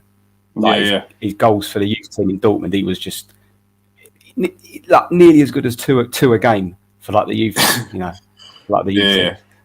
But he is at the tournament at the moment, but I think he's injured, and they don't know if he's going to make the next game. So, but he's just he's the next big thing in terms of strikers. And he was the one who made his debut about a couple of months ago, wasn't it? And he's like the youngest player in Bundesliga history. Yeah, youngest player, youngest goal scorer in Bundesliga history. He scored a few goals this season already. Yeah. Bloody hell. And who? I know. And who else have you got? So we've got Sven Botman, who's a Dutch centre back that plays for Lille. Basically, Lille signed him as Gabriel's replacement. Now, I'll tell you who he's a little bit like. There's a centre back for Bayern Munich called Nicolas Soule. He's like an absolute unit. Yes, beast, absolute weapon. He's not like a regular square in Bayern Munich's team. Yeah. It's like one of the geezers in the Rocky films. One of the boxers in the Rocky films. So he's not as an absolute unit as this guy, but he's quite similar. And he's just been top draw for Lille. Came through the Ajax academy, and I don't know. We might talk about it in weeks to come, but I think this geezer will play for a top team in Europe. If not next season, then the season after. He's been linked to quite a few teams, and he is meant to be one for the future. So definitely a top player. Yeah. All right. Really quality. Yeah, quality. All right. So Jerome's going to be coming with 2 more next week and the week after, and then he's going to pick his own 6. So Jerome is going to not necessarily find better than what the Athletic was, but you want to know Jerome's pick versus the Athletic's pick, come and join us. Because Jerome's going to be doing scouting on the top under 21 talents in Europe. So looking forward to that one. Let's get on to the transfer roundup. Let's go. All right. Milan reportedly ready to join Tottenham in a race for Fiorentina striker Dusan Vlahovic. Jerome, we had a little look at him. What's he saying? Yeah, really good. Yeah, 21-year-old striker. Plays for Fiorentina. He's been with them since 2018. He's left-footed, 6'3", built a little bit like Giroud, but has got much better, I guess, movement. And you can sort of call him a target man, but unlike a target man, what he'll do is he'll control the ball with his back to goal, and then he'll try and turn and like beat his defender rather than just get it and lay it off. He's had a really good season so far in Serie A. I think he's one of the top goal scorers in the division with 12 league goals, full Serbian international. Yeah, when you're watching videos of him and you're looking at people that comment on him, like he's proper highly rated. Like I think he might have been linked with a couple of other clubs in the summer as well. Yeah, he looks like one that could get a move. Do you think that could potentially be a Harry Kane replacement in the pipeline, or do you think that could be this guy's there to be in the same team as him? Yeah, I think although he's very good, I think to have a Harry Kane replacement, I think they might need someone a bit more proven, perhaps, to replace Kane. But definitely got lots of potential. All right. Yeah, proper handful, a real handful of a centre forward. All right, keep an eye on him. Yeah. Decent player, sounds like. Yeah. Leon midfielder Hossam is nearing a move to Juventus, according to Tutto Sport. Steve, is there anything on the Hossam to Juventus? I know this isn't something you've told me, but I know you've got some links to Juventus. Oh, sorry, mate. Hold on. Go on. I've heard quite a few things on Juventus on what's going on, but nothing about Hossam. Yeah, they got still money issues. So, yeah, they've got money issues. They've got loads of different issues. Juventus, they're in a bit of a state at the moment, and there's so many things they've got to do to. I mean, by the time the summer's here, they've got to get their asses in order. To put it bluntly, I mean, there's so many players that they want to get out. There's so many players they want to get in. There's some players who won't leave. And who they want to leave. It's a little bit all over the place at the moment at Juventus. I mean, one of the main problems at Juventus at the moment is Aaron Ramsey. He's a massive problem for Juventus. He's like the Mesut Ozil of Arsenal at this moment in time. His contract runs out in 2023. Massive wages. I don't know sure what the wages is. €7 million a year. Does that sound about right? Yeah, that's what I've been told. Mm-hmm. There was rumours that he was, that Liverpool wanted him, but that's not true. That's load of rubbish. Liverpool don't want him.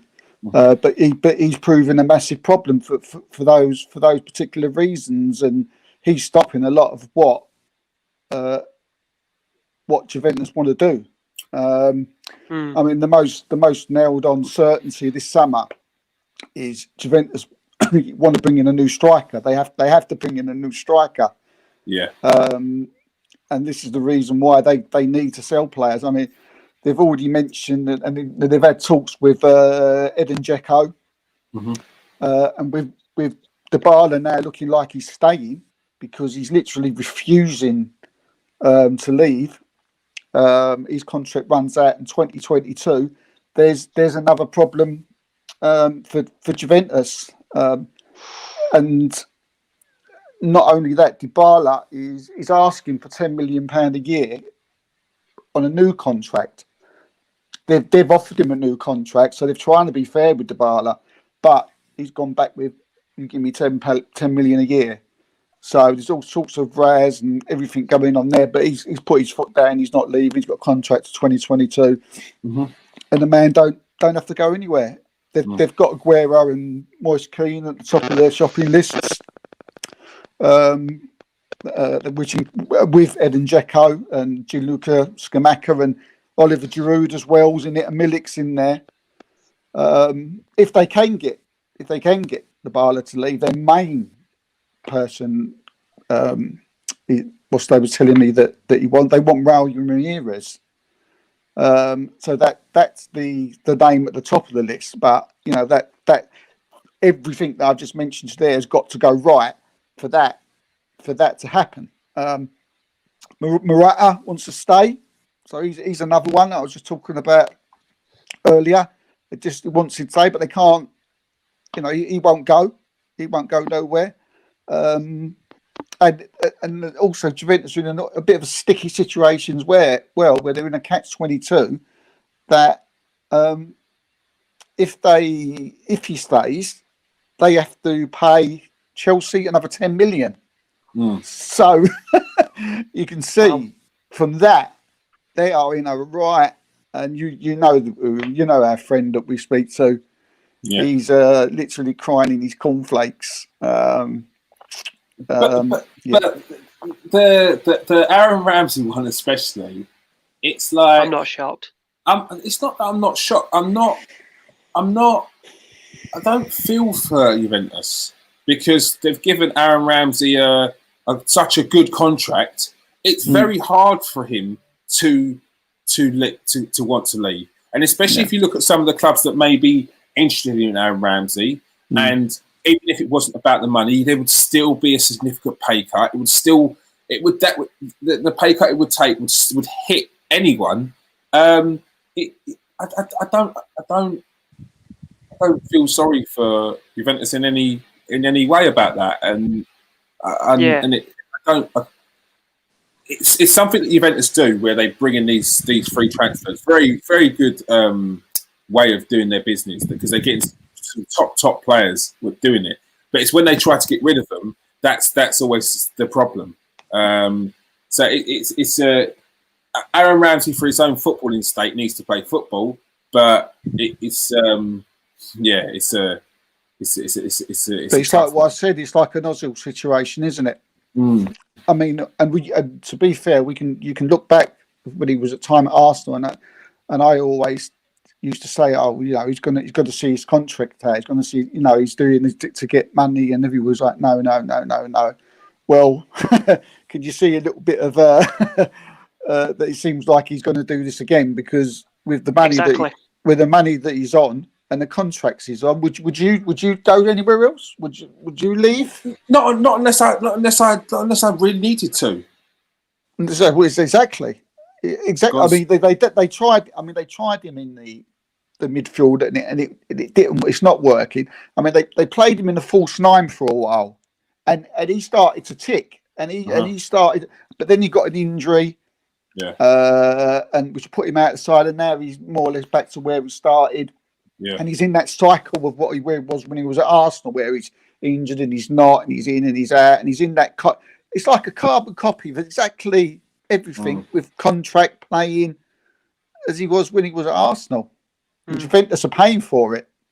Yeah, it's their own demise. See, because he was close to getting a new he was offered a new contract with Arsenal, but then it was taken away from him. Yeah. And then he tried doing the Mesut Ozil. I'll just wait and I'll wait and I'll wait, and they'll give in at the end. And we didn't. It was, no, you're not getting those wages.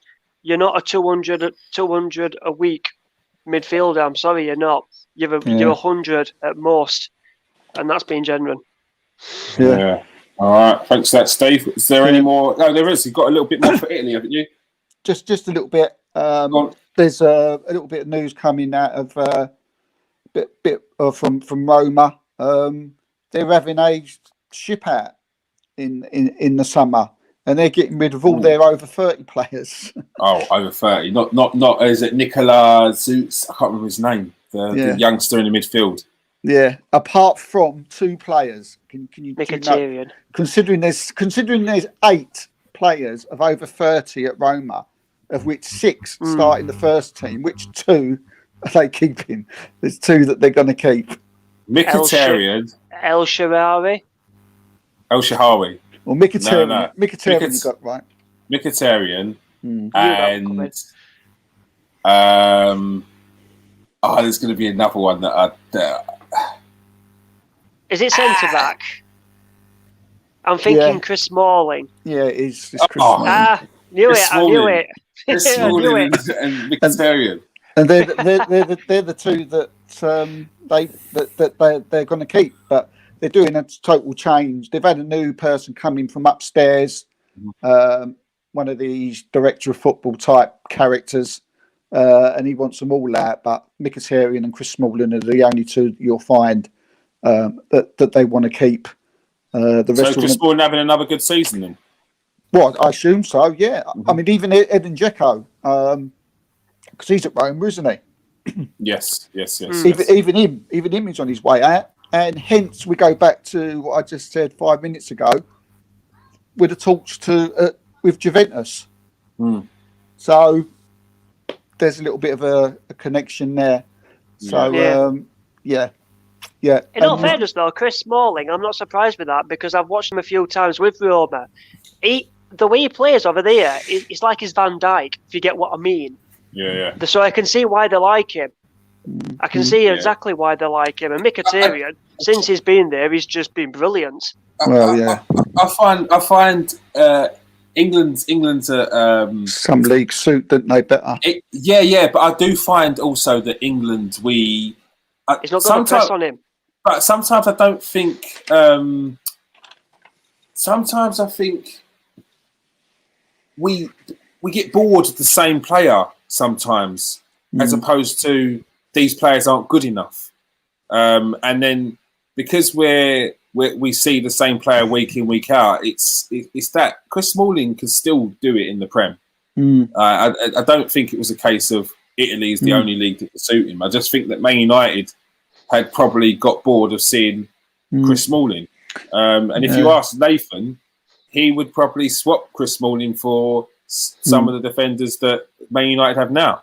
Yeah, because he probably still has the good enough. Dyer. I think we'd swap Dyer now for Chris Smalling. Oh yeah, I mean just talking about centre backs and Italy. I mean, I just want to give a big up to Fikayo Tomori. Milan, yeah. I mean, absolutely flying there. He's going to be signing a new contract there, and Chelsea they're getting him on a permanent. Yeah, and Chelsea can't do a thing about it. They've given him the buyout clause of £25 million. I think this kid's going to go on to be. Yeah, no, he was good in the Premier League. He was very good. He was very good. He was very good. Do you understand why they may have brought in Milan Sarr? Like they brought in Milan Sarr, and they've got Tomori there, and it's like and they've loaned out Milan Sarr for two seasons, and it's an odd one. It's a very odd one. No. Yeah, Tomori. I mean, I've seen some of the challenges he's put in, and he's been excellent. He's been excellent. That double block with Tonelli, wasn't it? Tonelli. Yeah. Tonelli, and Tonelli's an excellent player as well. Did you see him run after Romelu Lukaku in the derby? No. He ran after Lukaku and he nearly caught him up. He's got good players around him. Excellent players around him. Excellent players. Do you think 25 million's too much? It's a bargain. It's an absolute bargain. Look at his age. And they know they've got a player there. And in Italy, he's got 20 years on him. He's got 20 years in the game in Italy because they just keep them playing. They keep them going. That Mediterranean diet's got something in it. So, He'll always be grounded as well. He'll always be grounded because AC Milan are that family club, aren't they? You get that impression. I think I was asked on when we was on the radio show, Alan's radio show in Russia. I was asked about Tomori, and I said that for a young centre half to go to play, regular football at a club like AC Milan in Italy, you couldn't ask for a better, schooling. And it seems that he's snapped it up, and good luck to it. Good luck to it. Yeah, definitely.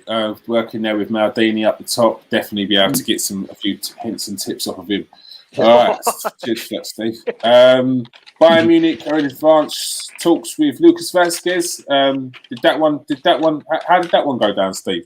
Are they moving forward with that? I think that one's going to be done. That's cool. I mean, it was quite a surprising one. It was one that I was like, oh. His contract runs out at the end of the season, doesn't it? It does, yeah. He's on he's free at the end of the season. And I mean, if you look at some of the players that Bayern Munich have gone for it. Seems like they're being very astute with their money. It's probably tight, and they've probably maybe got a couple of players in their mind that they want, and that's where the money's going to go. The rest may be coming on freeze. I mean, if you look at some of the players they've brought in, is Omar Richards, right back from Reading. True. They got in the player from Dallas. They're looking at Vasquez there on a free. So it seems like they're being very smart. He can play in the multiple positions as well. Vasquez. Winger, fullback, and the thing is, he's looking very good this season as well. So there's just one thing that I should have brought up when Kiefer was on. I was told some transfer information from Liverpool just before we come on tonight. And funny enough, it was about Curtis Jones, and Liverpool are very unsure what to do with him. They don't know what to do with him. I mean, Wijnaldum looks like he's moving on, but they just don't know what to do with. Not quite ready with Curtis Jones. They don't know whether to keep him, sell him, loan him. They really don't know what to do. Their main two players are looking at Basuma or Florian Nuhas. These are the two players that are top of their list to replace him if he moves on or goes on loan. But what's happening with Liverpool? Because he was saying about the debt of Liverpool. What Liverpool they've been accumulating debt in transfers for the last 3 years now. So remember last year we were saying why haven't they got no money? This is beginning to come out now, and what they're doing, they're paying transfers in very small amounts. Now where they are at the moment, they must sell. They've got to sell players, to fund future transfers, which is what Kiefer was saying. I mean, the pandemic's it's hard like everybody, but this summer they're looking at selling Shaqiri, Wilson, Miller, Awoji, Origi, Guric, Ojo, and Tomascos, who Napoli are interested. But the chances are as well that they will have to sacrifice one of the main three as well. So that's just a little reason why what's Liverpool. Jerome, you had a little look at you've had a look at both Neras and Basuma. Who do you think would suit best in that central midfield role? I like Basuma. I think the way Liverpool play, he'd be ideal in their midfield, their central midfield. I think that's what they need. When you've got all those fair players up front, you need your centre midfield to be like proper solid. And I think Basuma is, I think he's top drawer. He's got a bit of mix of everything, though, isn't he? Though Basuma, he's got that solidness, but he's also got that little bit of guile about him, and that little bit he can play. Yeah, he gets about the pitch so well. I don't think he's a centre midfielder that you would want to play against. So I'd say him. All right. Just that. Into Miami have signed Kieran Gibbs, former West Ham and Arsenal player, and he will be on a 3-year deal, and he will be eligible to play from July the 1st. Is that it off deal? He's going for retirement there, isn't he? Yeah. It's not a bad one. A bit of surfing. Yeah, Real Madrid are considering a move for England and Tottenham striker Harry Kane. Earlier on in the week, there was news coming out from David Ornstein that he'd spoken to a few people, and it seemed like Harry Kane was going to spend the rest of his career at Tottenham. Oh, I don't know who you're speaking to, David, but I won't be shocked. I would be. Why not? He said too much. He said too much with Tottenham fans, and he's said too much. Obviously, you've seen it when Sol Campbell said we weren't going and all that. I'm not saying it's the same, but he said too much. And then for me, I think he's happy at Tottenham. He's the main guy at Tottenham. I don't think he's bothered about trophies. He wants to be the main guy at a team. I think he's also terrified of going somewhere and it failing. That's what I think. But what would make you think that he's not bothered about winning trophies. It just seems he wants to break records. I don't know if Simon agrees, but it just seems like he's there to break records, goal scoring. Yeah, he's not bothered about lifting trophies. He's bothered about the Premiership, record, the Jimmy Greaves goal scoring record. I mean, and if he wants to do that, when they said that Jimmy Greaves scored so and so goals the other day, what I heard, I thought you're staying, aren't you? You're staying for that. Yeah, because it just gives me the impression. I mean, he's an idiot for doing it, but you just feel. I don't know. I just got the feeling that he. Do you reckon someone's got in his head and said, "Do you imagine not breaking Jimmy Greaves' record?" Yeah. Is this where we're at? Do you know what? I just won't be shocked. I just would not be shocked. I wouldn't. Do you know what I? Do you remember in the was it the World Cup when he was trying to nick the goal? You know, I just think he's all about that.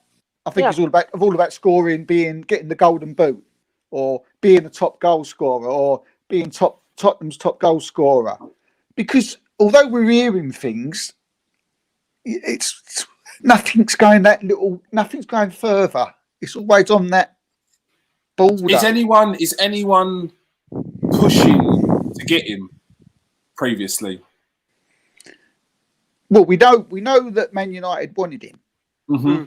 Yeah, but wanting him and being able to afford him, and what Daniel Levy is saying, you can have him at, and you can imagine him saying like 120 million, Mr. Woodward, but. You know, and you can at the same time you can see Harry Kane saying, "Well, if you can't get 120 million, I'm happy to stay here." You know, that type of thing. I mean, I can't see him going abroad. I don't know if any. No, I can't see him going abroad. I can't see him going abroad. I see it as Man United. That's the club I see him going to. And if Man United put in the bid, it's that. Will Man United put in the bid? I don't think he's got a winning mentality. I don't think he's got a winning mentality. That's my. It's not. I'm not saying it's a bad thing. It is a bad thing, obviously, but I just don't think he's got a winning mentality. I think he's happy to be. He's an Oba. He's an Aubameyang for me. He's happy to be the main guy at the club. Yeah. That's. But he said too much with Tottenham fans. He's said way too much. And he talks about Henry's record in the Premier League. It talks about Alan Shearer's record. It talks about Terry Sheringham and Andy Cole's record. I think he's already blitzed them too. And it's like, you don't talk about... I've seen one interview with Kane since he's been at Tottenham, and he was sat next to Thierry Henry, and he said, yeah, I want to win trophies like the Champions League, the Premier League. And then when he's talking to him about Alan Shearer, I'd love to get close to Shearer's record. I really would. He's happier to do that than he is with trophies. Yeah, but he doesn't have to stay at one club to break Shearer's record. Like, no, I'm not saying that. I'm not saying that. He can do Look that. Look at Tottenham when they get to these semi-finals and stuff. He doesn't look peed off and looks like he's forcing his way out because he wants to win trophies. He's happy just to be the main guy. Yeah, for me, it'd be a shame if Harry Kane doesn't leave Tottenham. I can imagine what you said, Kieran. You said like, are people having a word in his ear? It reminds me of sort of someone who I'm not a very strong person mentally, where someone would say, look, come on, you break the Jimmy Greaves records, and then we'll think about leaving in another 2 years' time. And him going, yeah, all right, yeah. Or why have you been staying? You've been at Tottenham's for this long now. Why, you've got to make you. It gives me that impression that he's that type of bloke. But, Omri moved on, Beckham moved on. There's a lot of players that moved on. Yeah, it gets to a certain stage and they go. Yeah, it's a tough one. We'll see.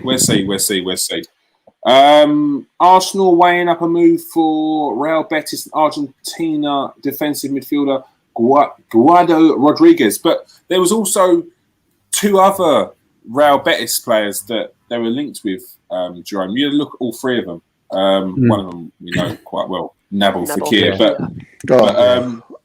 How'd you go there? Yeah. Give us a little. the Argentinian Guido Rodriguez saying? Yeah, so he's a 26-year-old defensive midfielder. Mm-hmm. I'd say he's probably quite a stereotypical defensive midfielder in terms of the fact that he's a very aggressive screen that sits in front of the defence. Now, although he's 26, right, he only joined Betis in 2020 from a team in Mexico for like €3 million. So he's sort of come out of nowhere, really. Picks up a lot of yellow cards, to be fair, because of his like aggressive play. He reminds me a little bit of Royce from Spurs. Maybe slightly quicker, got a bit more about him, but he's that sort of player. Mm-hmm. And he has been capped for the Argentinian national team. Now the other player, or one of the other players from Betis, is this right back called Emerson Royal. Yeah. Now for Barcelona. So his situation, I don't know how much you know about it. He's in quite a complicated situation because he's at Betis on loan from Barca, but he's actually owned by Barcelona and Betis. They both split his transfer fee down the middle, and if he leaves, wherever he from Betis or Barcelona, they have to split the fee as well. And just to confuse things even more, if Barcelona want to bring him back from his loan at Betis, they've got to pay Betis to bring him back. It's a very strange situation. How do you do that in a meeting? How do you do that over the phone? How desperate are Barcelona to get some money that they've done this deal? That's a horrible. It's a horrible deal. They certainly are desperate. So no wonder they are where they are. What you got to remember is that obviously they signed this guy first, but recently they've signed Serginho Dest from Ajax as a right back. Yeah. So do you think he's going to go back to Barcelona? I doubt it. Anyway, in terms of him as a player, very, very attacking, very tenacious, combative, direct, pacey. He's been capped for Brazil before. But yeah, whatever is going to happen with him is a very strange one. But last couple of seasons, there's a lot of messing about in the summer. A lot of paperwork, a lot of admin. Yeah, so can Barcelona, if Betis want to sell, can Barcelona stop that deal? Could they interfere with that if they're not happy with the fee? How does that work? Yeah, exactly. I'd imagine that both clubs probably have to agree the fee. Yeah. But it's a really overcomplicated situation that doesn't happen a lot. Yeah. Does he have two medicals as well if we sign it? And just sign the paper. Two. And the last one, Nabil Fekir. I mean, we've heard about Nabil Fekir, but how's he getting on? How's he getting on? Because there was a few injuries that was a problem, but how's he getting on since his time at Betis? Yeah, so he has got a lot of plaudits this season. Obviously, a player with lots of ability. He's not, although he's an attacking player, he doesn't get a lot of goals. This season, he scored 3 goals in 30 games. He's going to be 28 in July. And obviously, people are talking about him as someone that could go to Arsenal if Odegaard doesn't happen. Not for me, I'm afraid. I think he's a decent player. Maybe more of a dribbler than Odegaard. Quite stocky. But Liverpool were supposed to sign him, weren't they? It was actually their training ground. I think he posed for pictures, perhaps, and I think they found that he had a dodgy knee or something. Yeah, they did. Yeah, won lots of caps for France. Very skillful, talented player. Who would you compare him to, Jerome? That's a good question.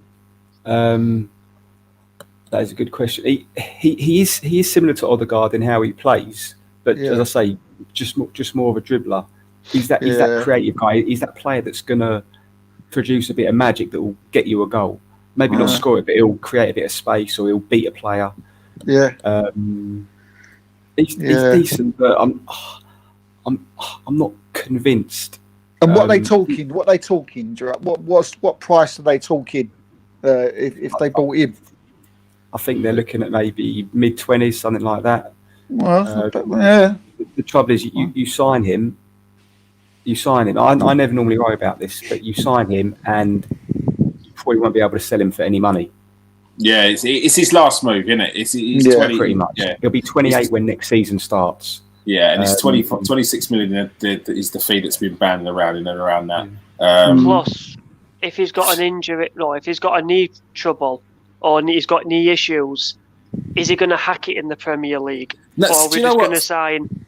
Are we going to sign someone that's constantly on the injury table? Yeah, do you know what? Sometimes I don't know.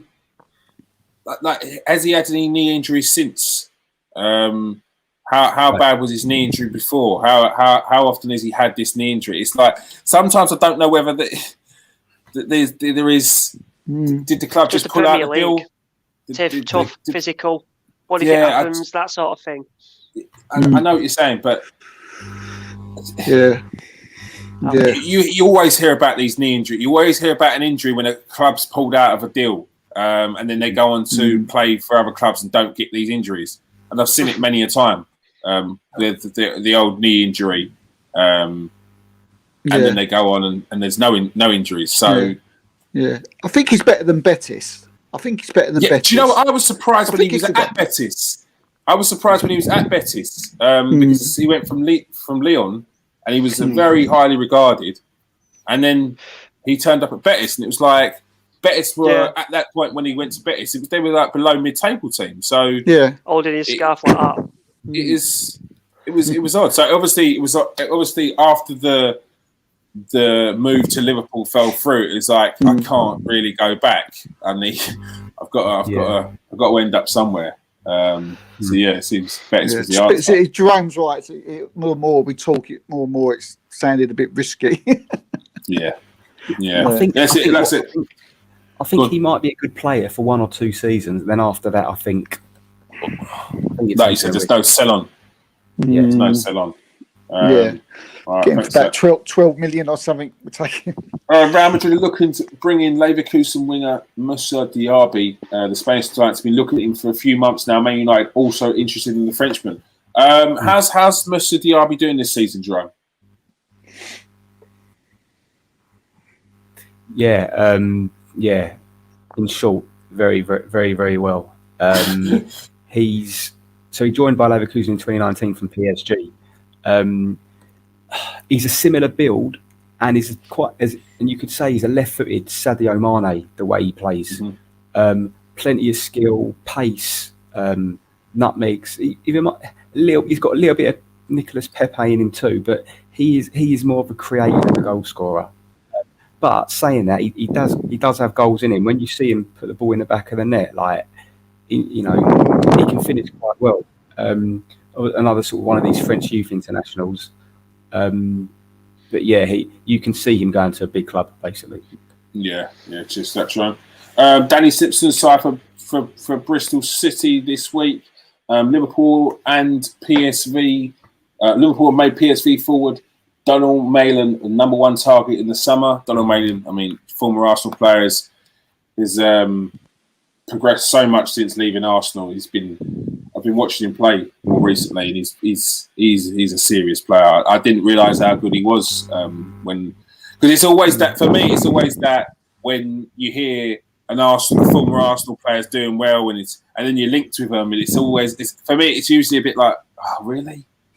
We're going to go back, but then I look at this guy, and he's the real deal. He needs the next move for his progression. He needs the next move to really show what he's got. I watched him the other night against when Holland played Turkey. Yeah, they kicked the shit out of him. They really did. They ended up having to take him off because I think he must have come out bruises, scratches all up his legs. They knew who the danger man was. I think Kabap and Sionchu just teamed up on him. But yeah, top player. He's bigger than I thought he was as well. He's got a bit of a unit to him. He's tall. He's a good player. Hold on a moment. Chelsea are considering a move for Belgium and their former player Romelu Lukaku if they're unable to sign Haaland. I think quite a few Chelsea fans will be happy with that. Seville and Roma are interested in signing Arsenal and French forward Alexandre Lacazette. That's at ESPN. Manchester United have made an approach to sign Atletico Madrid Spanish midfielder Marcos Lorente. Jerome, what's Marcos Lorente saying?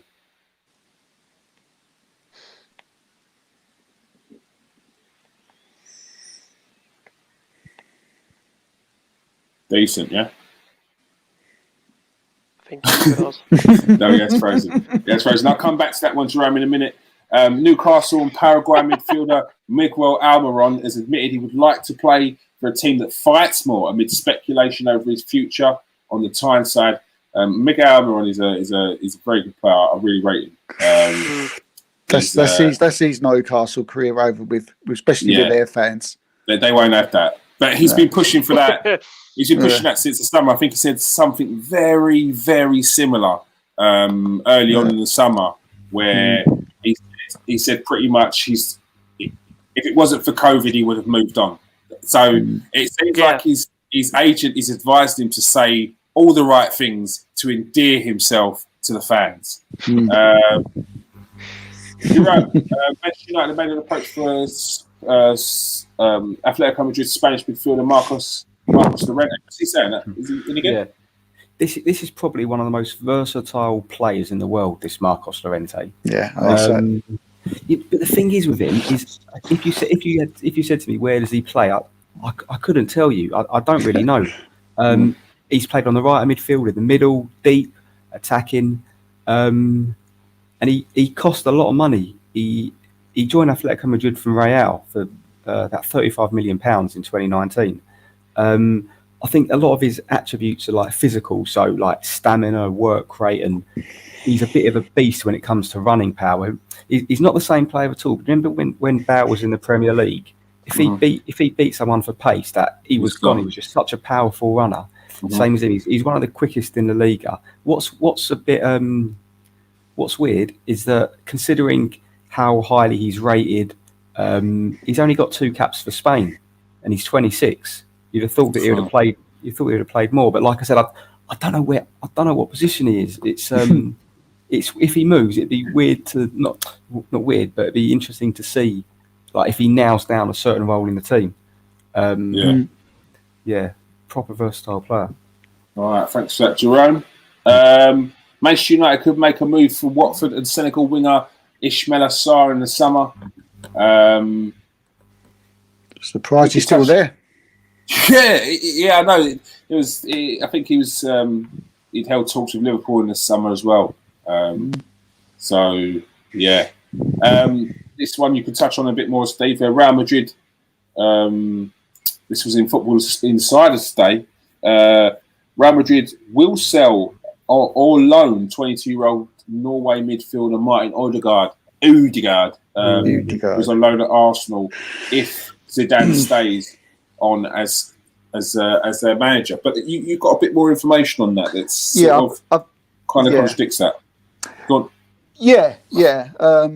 It's just for the person that I spoke to last week, and by Tuesday, Wednesday, he was whacking everything up on the page that had come through. So hopefully, you can take this as some kind of trueness. There's no it's no secret to say that Arsenal want him, and want him badly. That's the plus for Arsenal fans that are listening. The only problem with it is that Arsenal have absolutely no say whether he stays or whether he goes.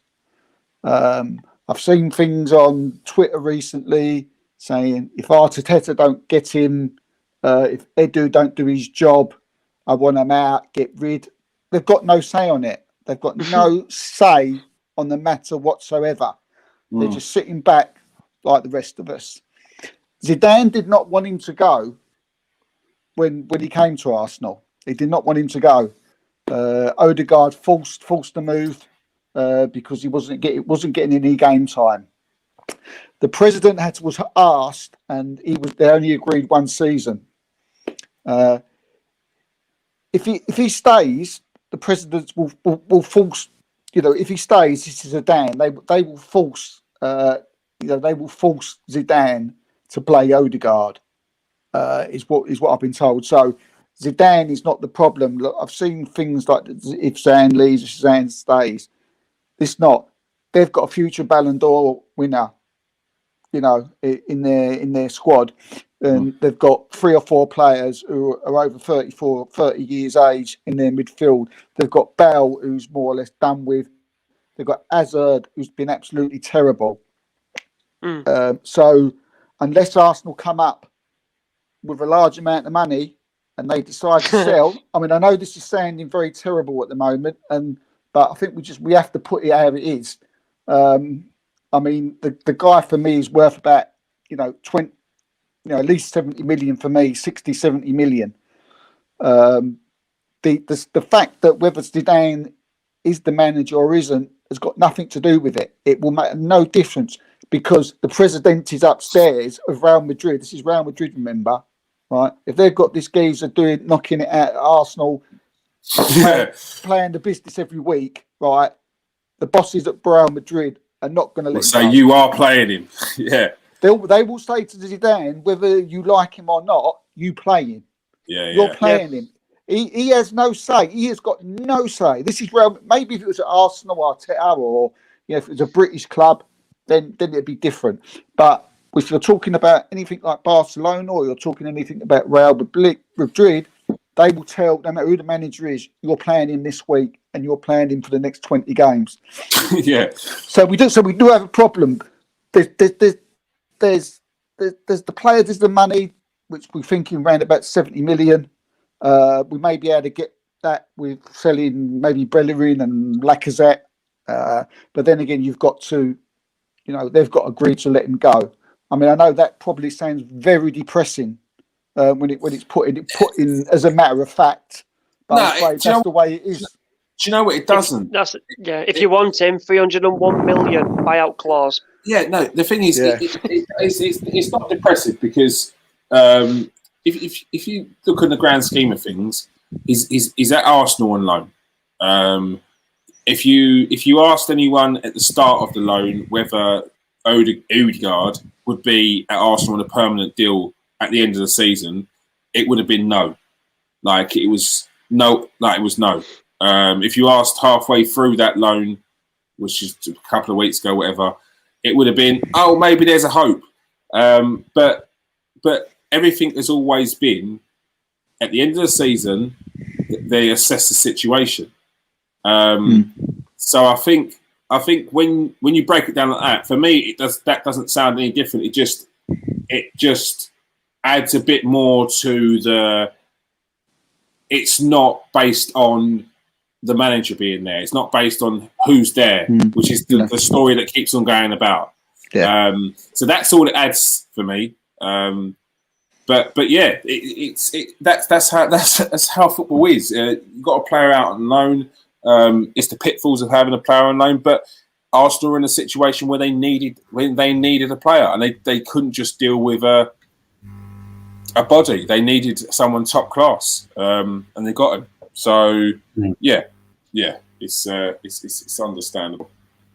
I'm just going to enjoy him while he's here, to be honest. That's all I'm going to do. I'm going to enjoy watching him. I'm going to enjoy him actually flourishing and making everyone around him better. Keep fingers crossed. That's what he does. So he's not coming nowhere near. And I saw a poll a few days ago. Would you rather have Odegaard or Jack Grealish? And 67% said Odegaard. What? Really? Yeah. So if you couldn't get Odegaard, who's the guy for you, Steve? Oh, dude. Grealish.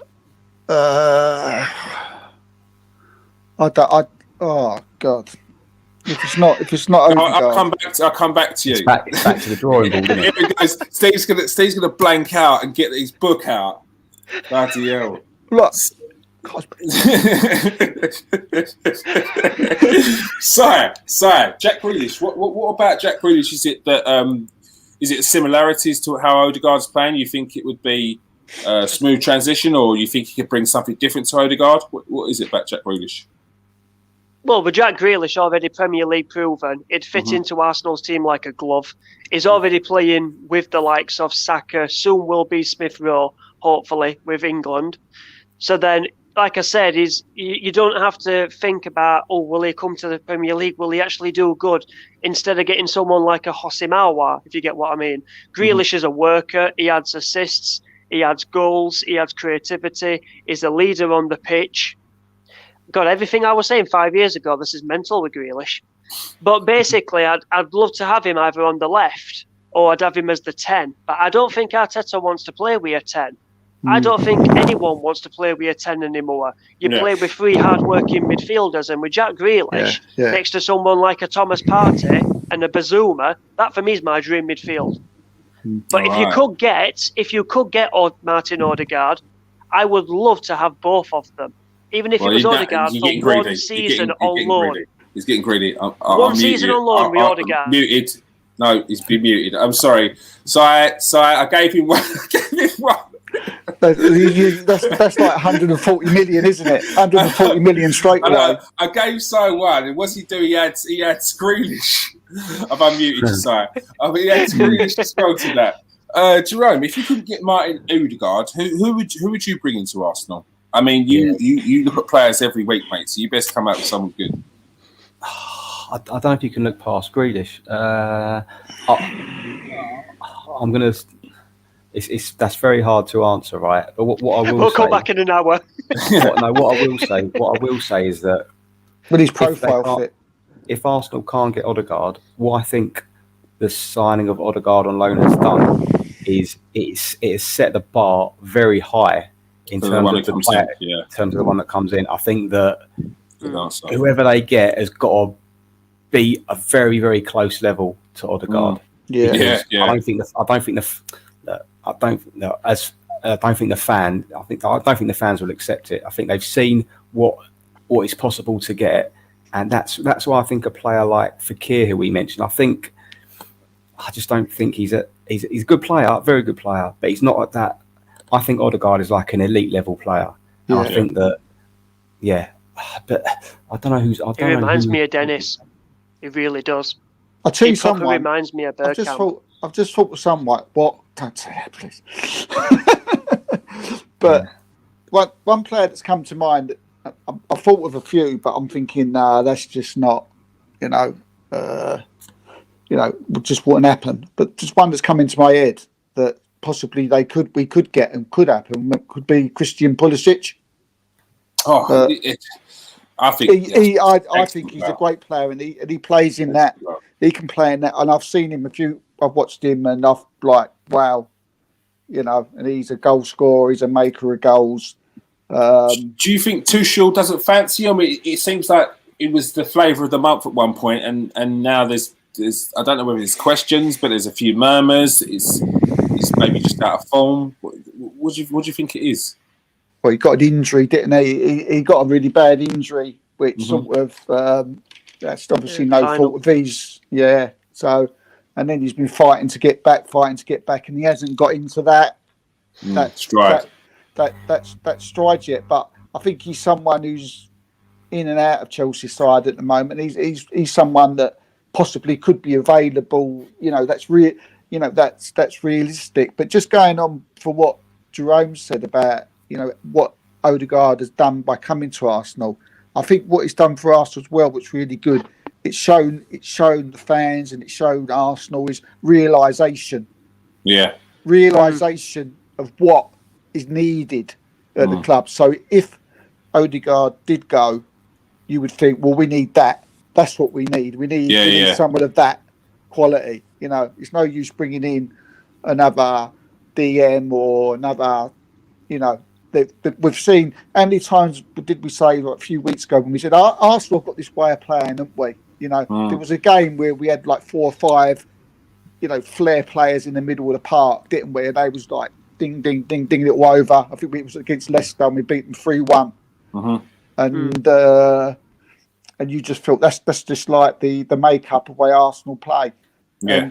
And I think that has gone away and realisation has gone. But now I think having him back has shown everybody now that, look, this is the realisation of what we need.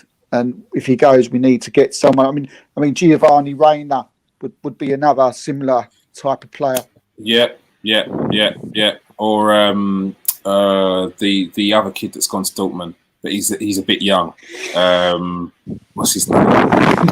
Go on, sir. The Brazilian. Go on, sir. I just want to say before I get destroyed in the comments, I'm not saying Odegaard is like Dennis Bergkamp. I'm saying when he picks up those pockets of space and when he can make something happen just out of nothing, that's what I've seen with Odegaard. I'm not saying he's nowhere near Bergkamp because he's not. No. Not even Kevin De Bruyne is near Bergkamp. What's his name? I can't remember it. Where's that? Use that player that came from Real Madrid. What about the Barcelona boys? What's that player from Roma? That begins with a Z. I think a lot of the trouble is a lot of these players that we're talking about, they're like very young. They're like 18, 19, 18, 19. Like they're potential players. I think Arsenal need someone that's like ready now. Yeah. So would you all say Odegaard's ready? He's Odegaard's. The thing is, what's exciting about Odegaard, is that he's ready, but you also know there's still loads to go. You can I see a player in there who's still got an element of rawness to him. I see a player in there who's still got things missing in his game. And I see a player who decision making sometimes isn't quite there, and that's well exciting because you've got so much more to grow, and he could boss a game, and he hasn't yet. He hasn't. There's the games, even the best game he has played in, he had a dodgy start, or do you see what I'm saying? Like, I'm not scrutinising every part of his game, but I'm just saying he's playing here and his bar's there, and already we're like waxing lyrical about him. It's exciting to see. I just wonder. Will he get that at Madrid? Such a great button. Will he get that at Madrid?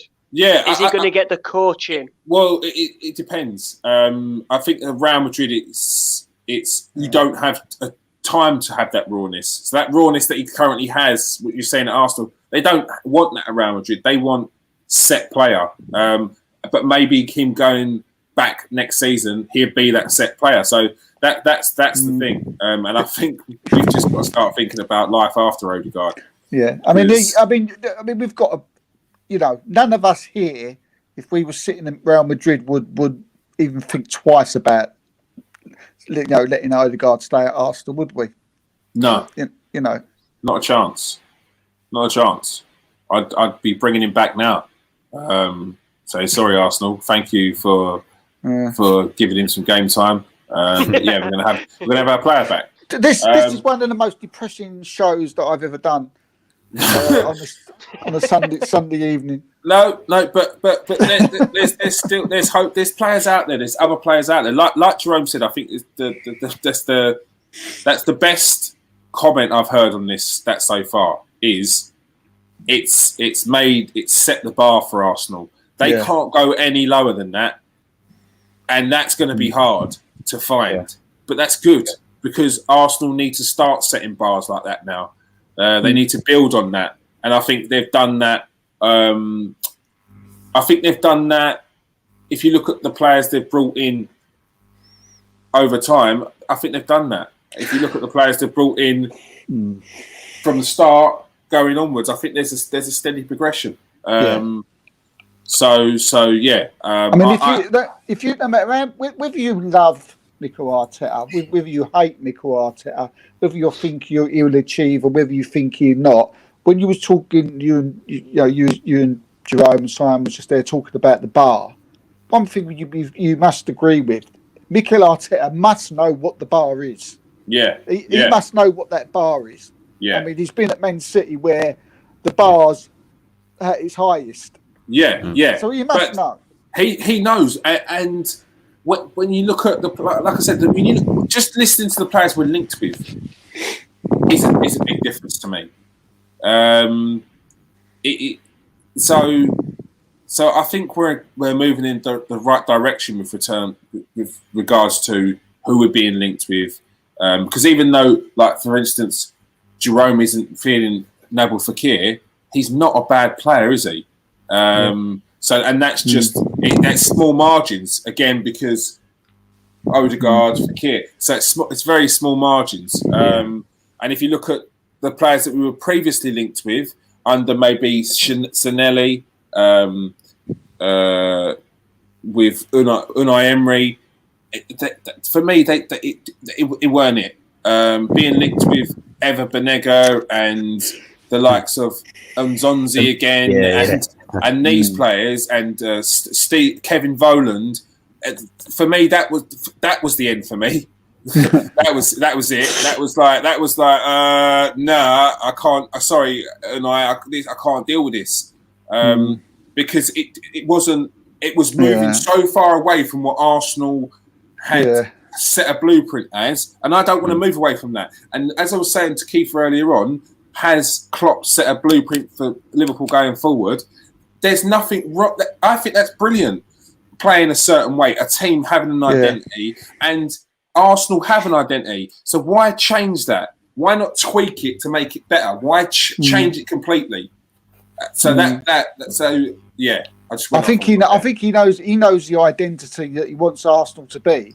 Yeah, and it's at the moment there's just certain players who can't do that identity. I mean, what I want Arsenal to be is like how Arsenal used to be when we used to have Cazorla, Wiltshire, Ramsey, and you used to have that Ozil, and you used to have that crazy. Do you know what? Funny you say that team. The chain engine. Yeah, but funny you say that team. Yeah, funny you say that team because I was watching. There was a video highlight the other day, and I said in my head, "What a team that was!" But what did that team do? Yeah, and you'll look at the teams that you was watching the teams of the Henrys and the Vieiras in midfield, and it's like the team you're speaking about there is a more lightweight team, is free flowing, but they didn't win anything, but it was an Arsenal identity.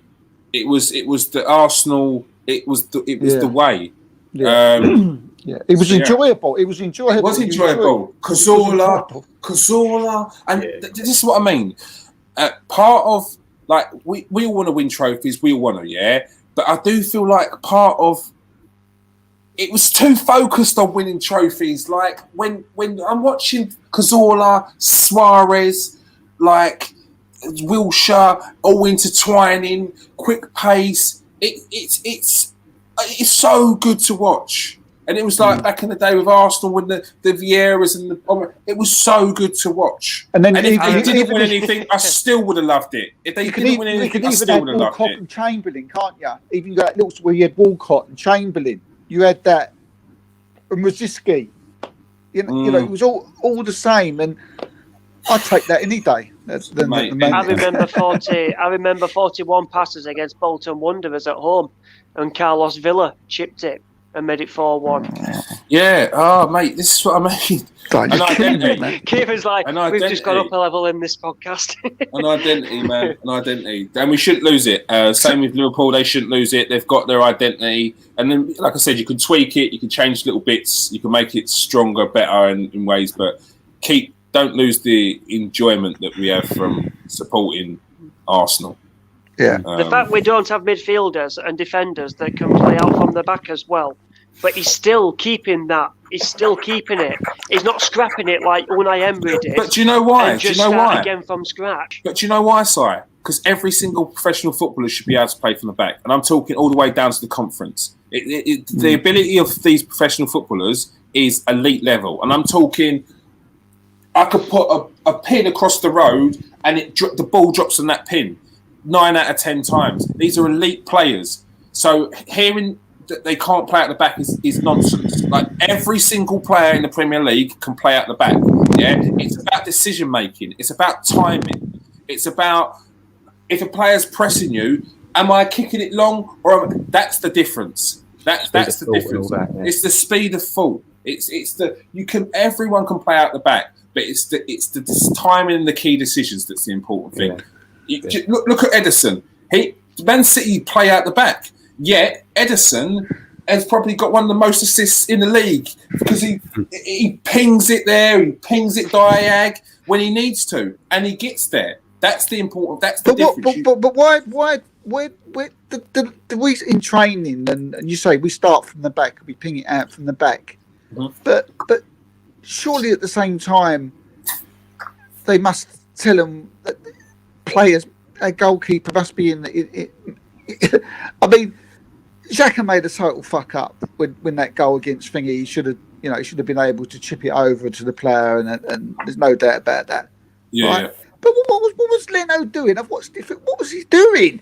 What was he doing? There's a player behind. What was he doing? It's decision making, Steve. If I was in Xhaka's position there, I would have gone. I would have jumped and gone. What? Fucking do you know? Panicked.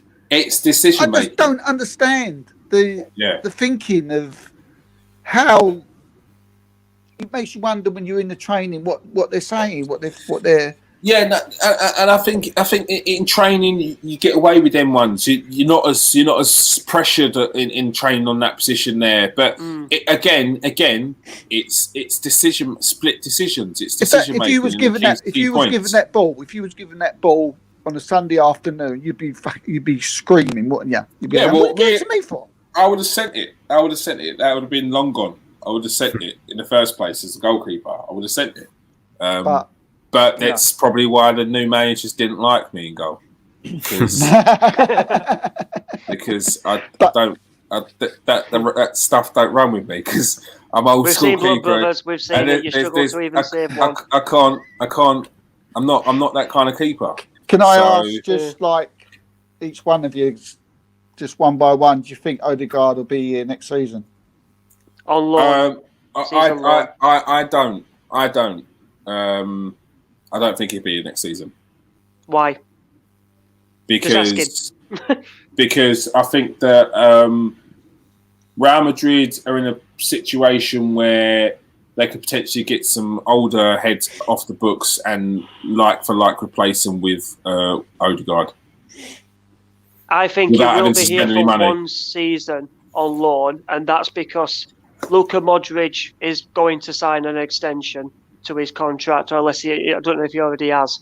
Yeah, but he's going to sign an extension. So he comes to us, he gets a full season with us at Arsenal. He's not just going to get chucked into the Real Madrid team or come in as like on the bench. He'll play at Arsenal for a full year under Arteta or whoever bloody manager's here, whatever. And what he'll do, he'll get a full season of football, and then he'll go back to Madrid and they'll watch him, and then he will learn under Luka Modric under his final year or his final 2 years. That's what I think. Yeah, Jerome? I don't know. If he signs for Arsenal on loan next season, that's probably like the 5th season in a row that he's had on loan. I think he's had it with loans. I'd honestly, as an Arsenal fan, I'd love to keep him, but unless Real Madrid are absolutely crazy, or they need money or something, then I just don't know why they would sell him. So I can't see it. I can't see him leaving Madrid, but I wish he would. I think Tony Kroos, is he signing a new contract? Did I hear that Tony Kroos is going to be signing a new contract with Real Madrid? Yeah, Kroos and Modric. Yeah, so that's what I mean. You never know. There might be a little bit of you never know.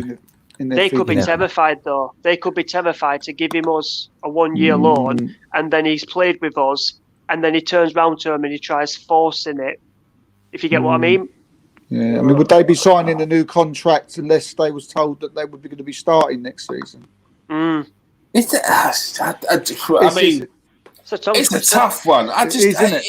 Because you think on the flip side, if you look at these other clubs, you think to yourself, why would you not bring back Odegaard? Yeah, you'd be thinking of how are you even questioning not bringing this kid back? Like, I think he did it with Ceballos.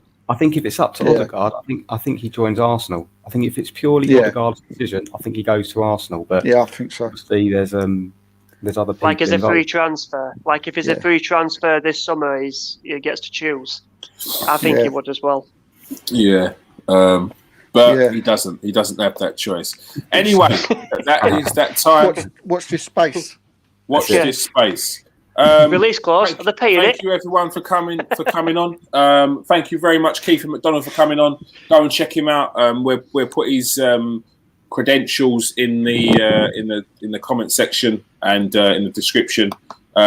Make sure you like and subscribe, people. Go and follow these guys on Twitter. Check out our Instagram. And yeah, let's just say hello to everyone in the chat. Nathan Chana, how you doing, Nathan? Boom, boom. Top Show is saying, thank you very much, Nathan. Mihal, how you doing, Nathan? Mihal. Reyes, my man. Reyes will definitely have to come on again. Definitely. Reyes, as man from Spain, who's actually in Spain now. He give us the latest on what's going on in Spain soon, and his player profiles again. They were brilliant. Yeah. We won't mention the fantasy football, Reyes. We definitely won't mention that. All things Arsenal. Thank you very much for coming on. Oliver Martin, thank you very much for coming on, Oliver. And that is it. Thank you very much for coming on, Steve. Yeah, thanks very much. If you just Twitter's there, just get well messages in the DM box. I'm feeling a bit. I was wondering where that was going. Wow. He really does want sympathy. I don't want sympathy. Thank you very much for joining us tonight.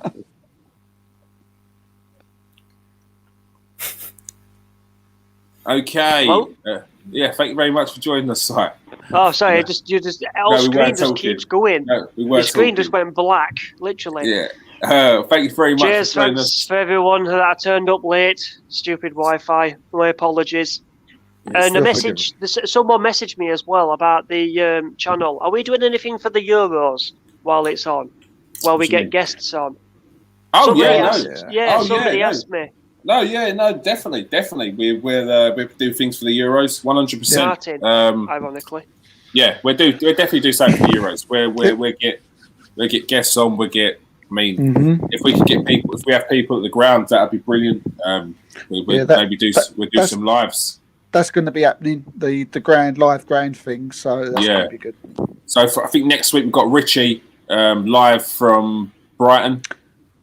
No, Richie will be live from Old Trafford next week. Oh, is he from Old Trafford next week? Richie will be live.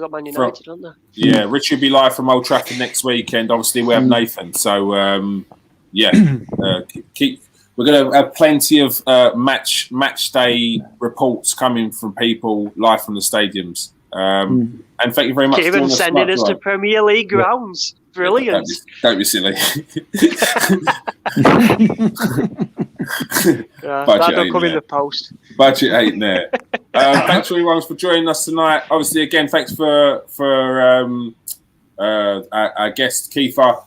Nathan didn't join us tonight, but he was actually on international duty, so not playing, but doing his talking. Could you imagine? Yeah. Jamaica called me up again, so I decided to take the call. I'll be like, yes, still a young man. You can still do it. Definitely. I'm sure you can. We've still got a transfer exchange 5-a-side team building. So far, it's me, Craig. It's me. Nathan Ellerton. I've heard Jerome can play tricky winger. Steve. I've heard he used to be able to play. Manager, Si, Waterboy. I'll just be that guy in stand that just says, go on, shoot. H2O. All right. Thank you very much for joining us, people. Peace out. Stay safe.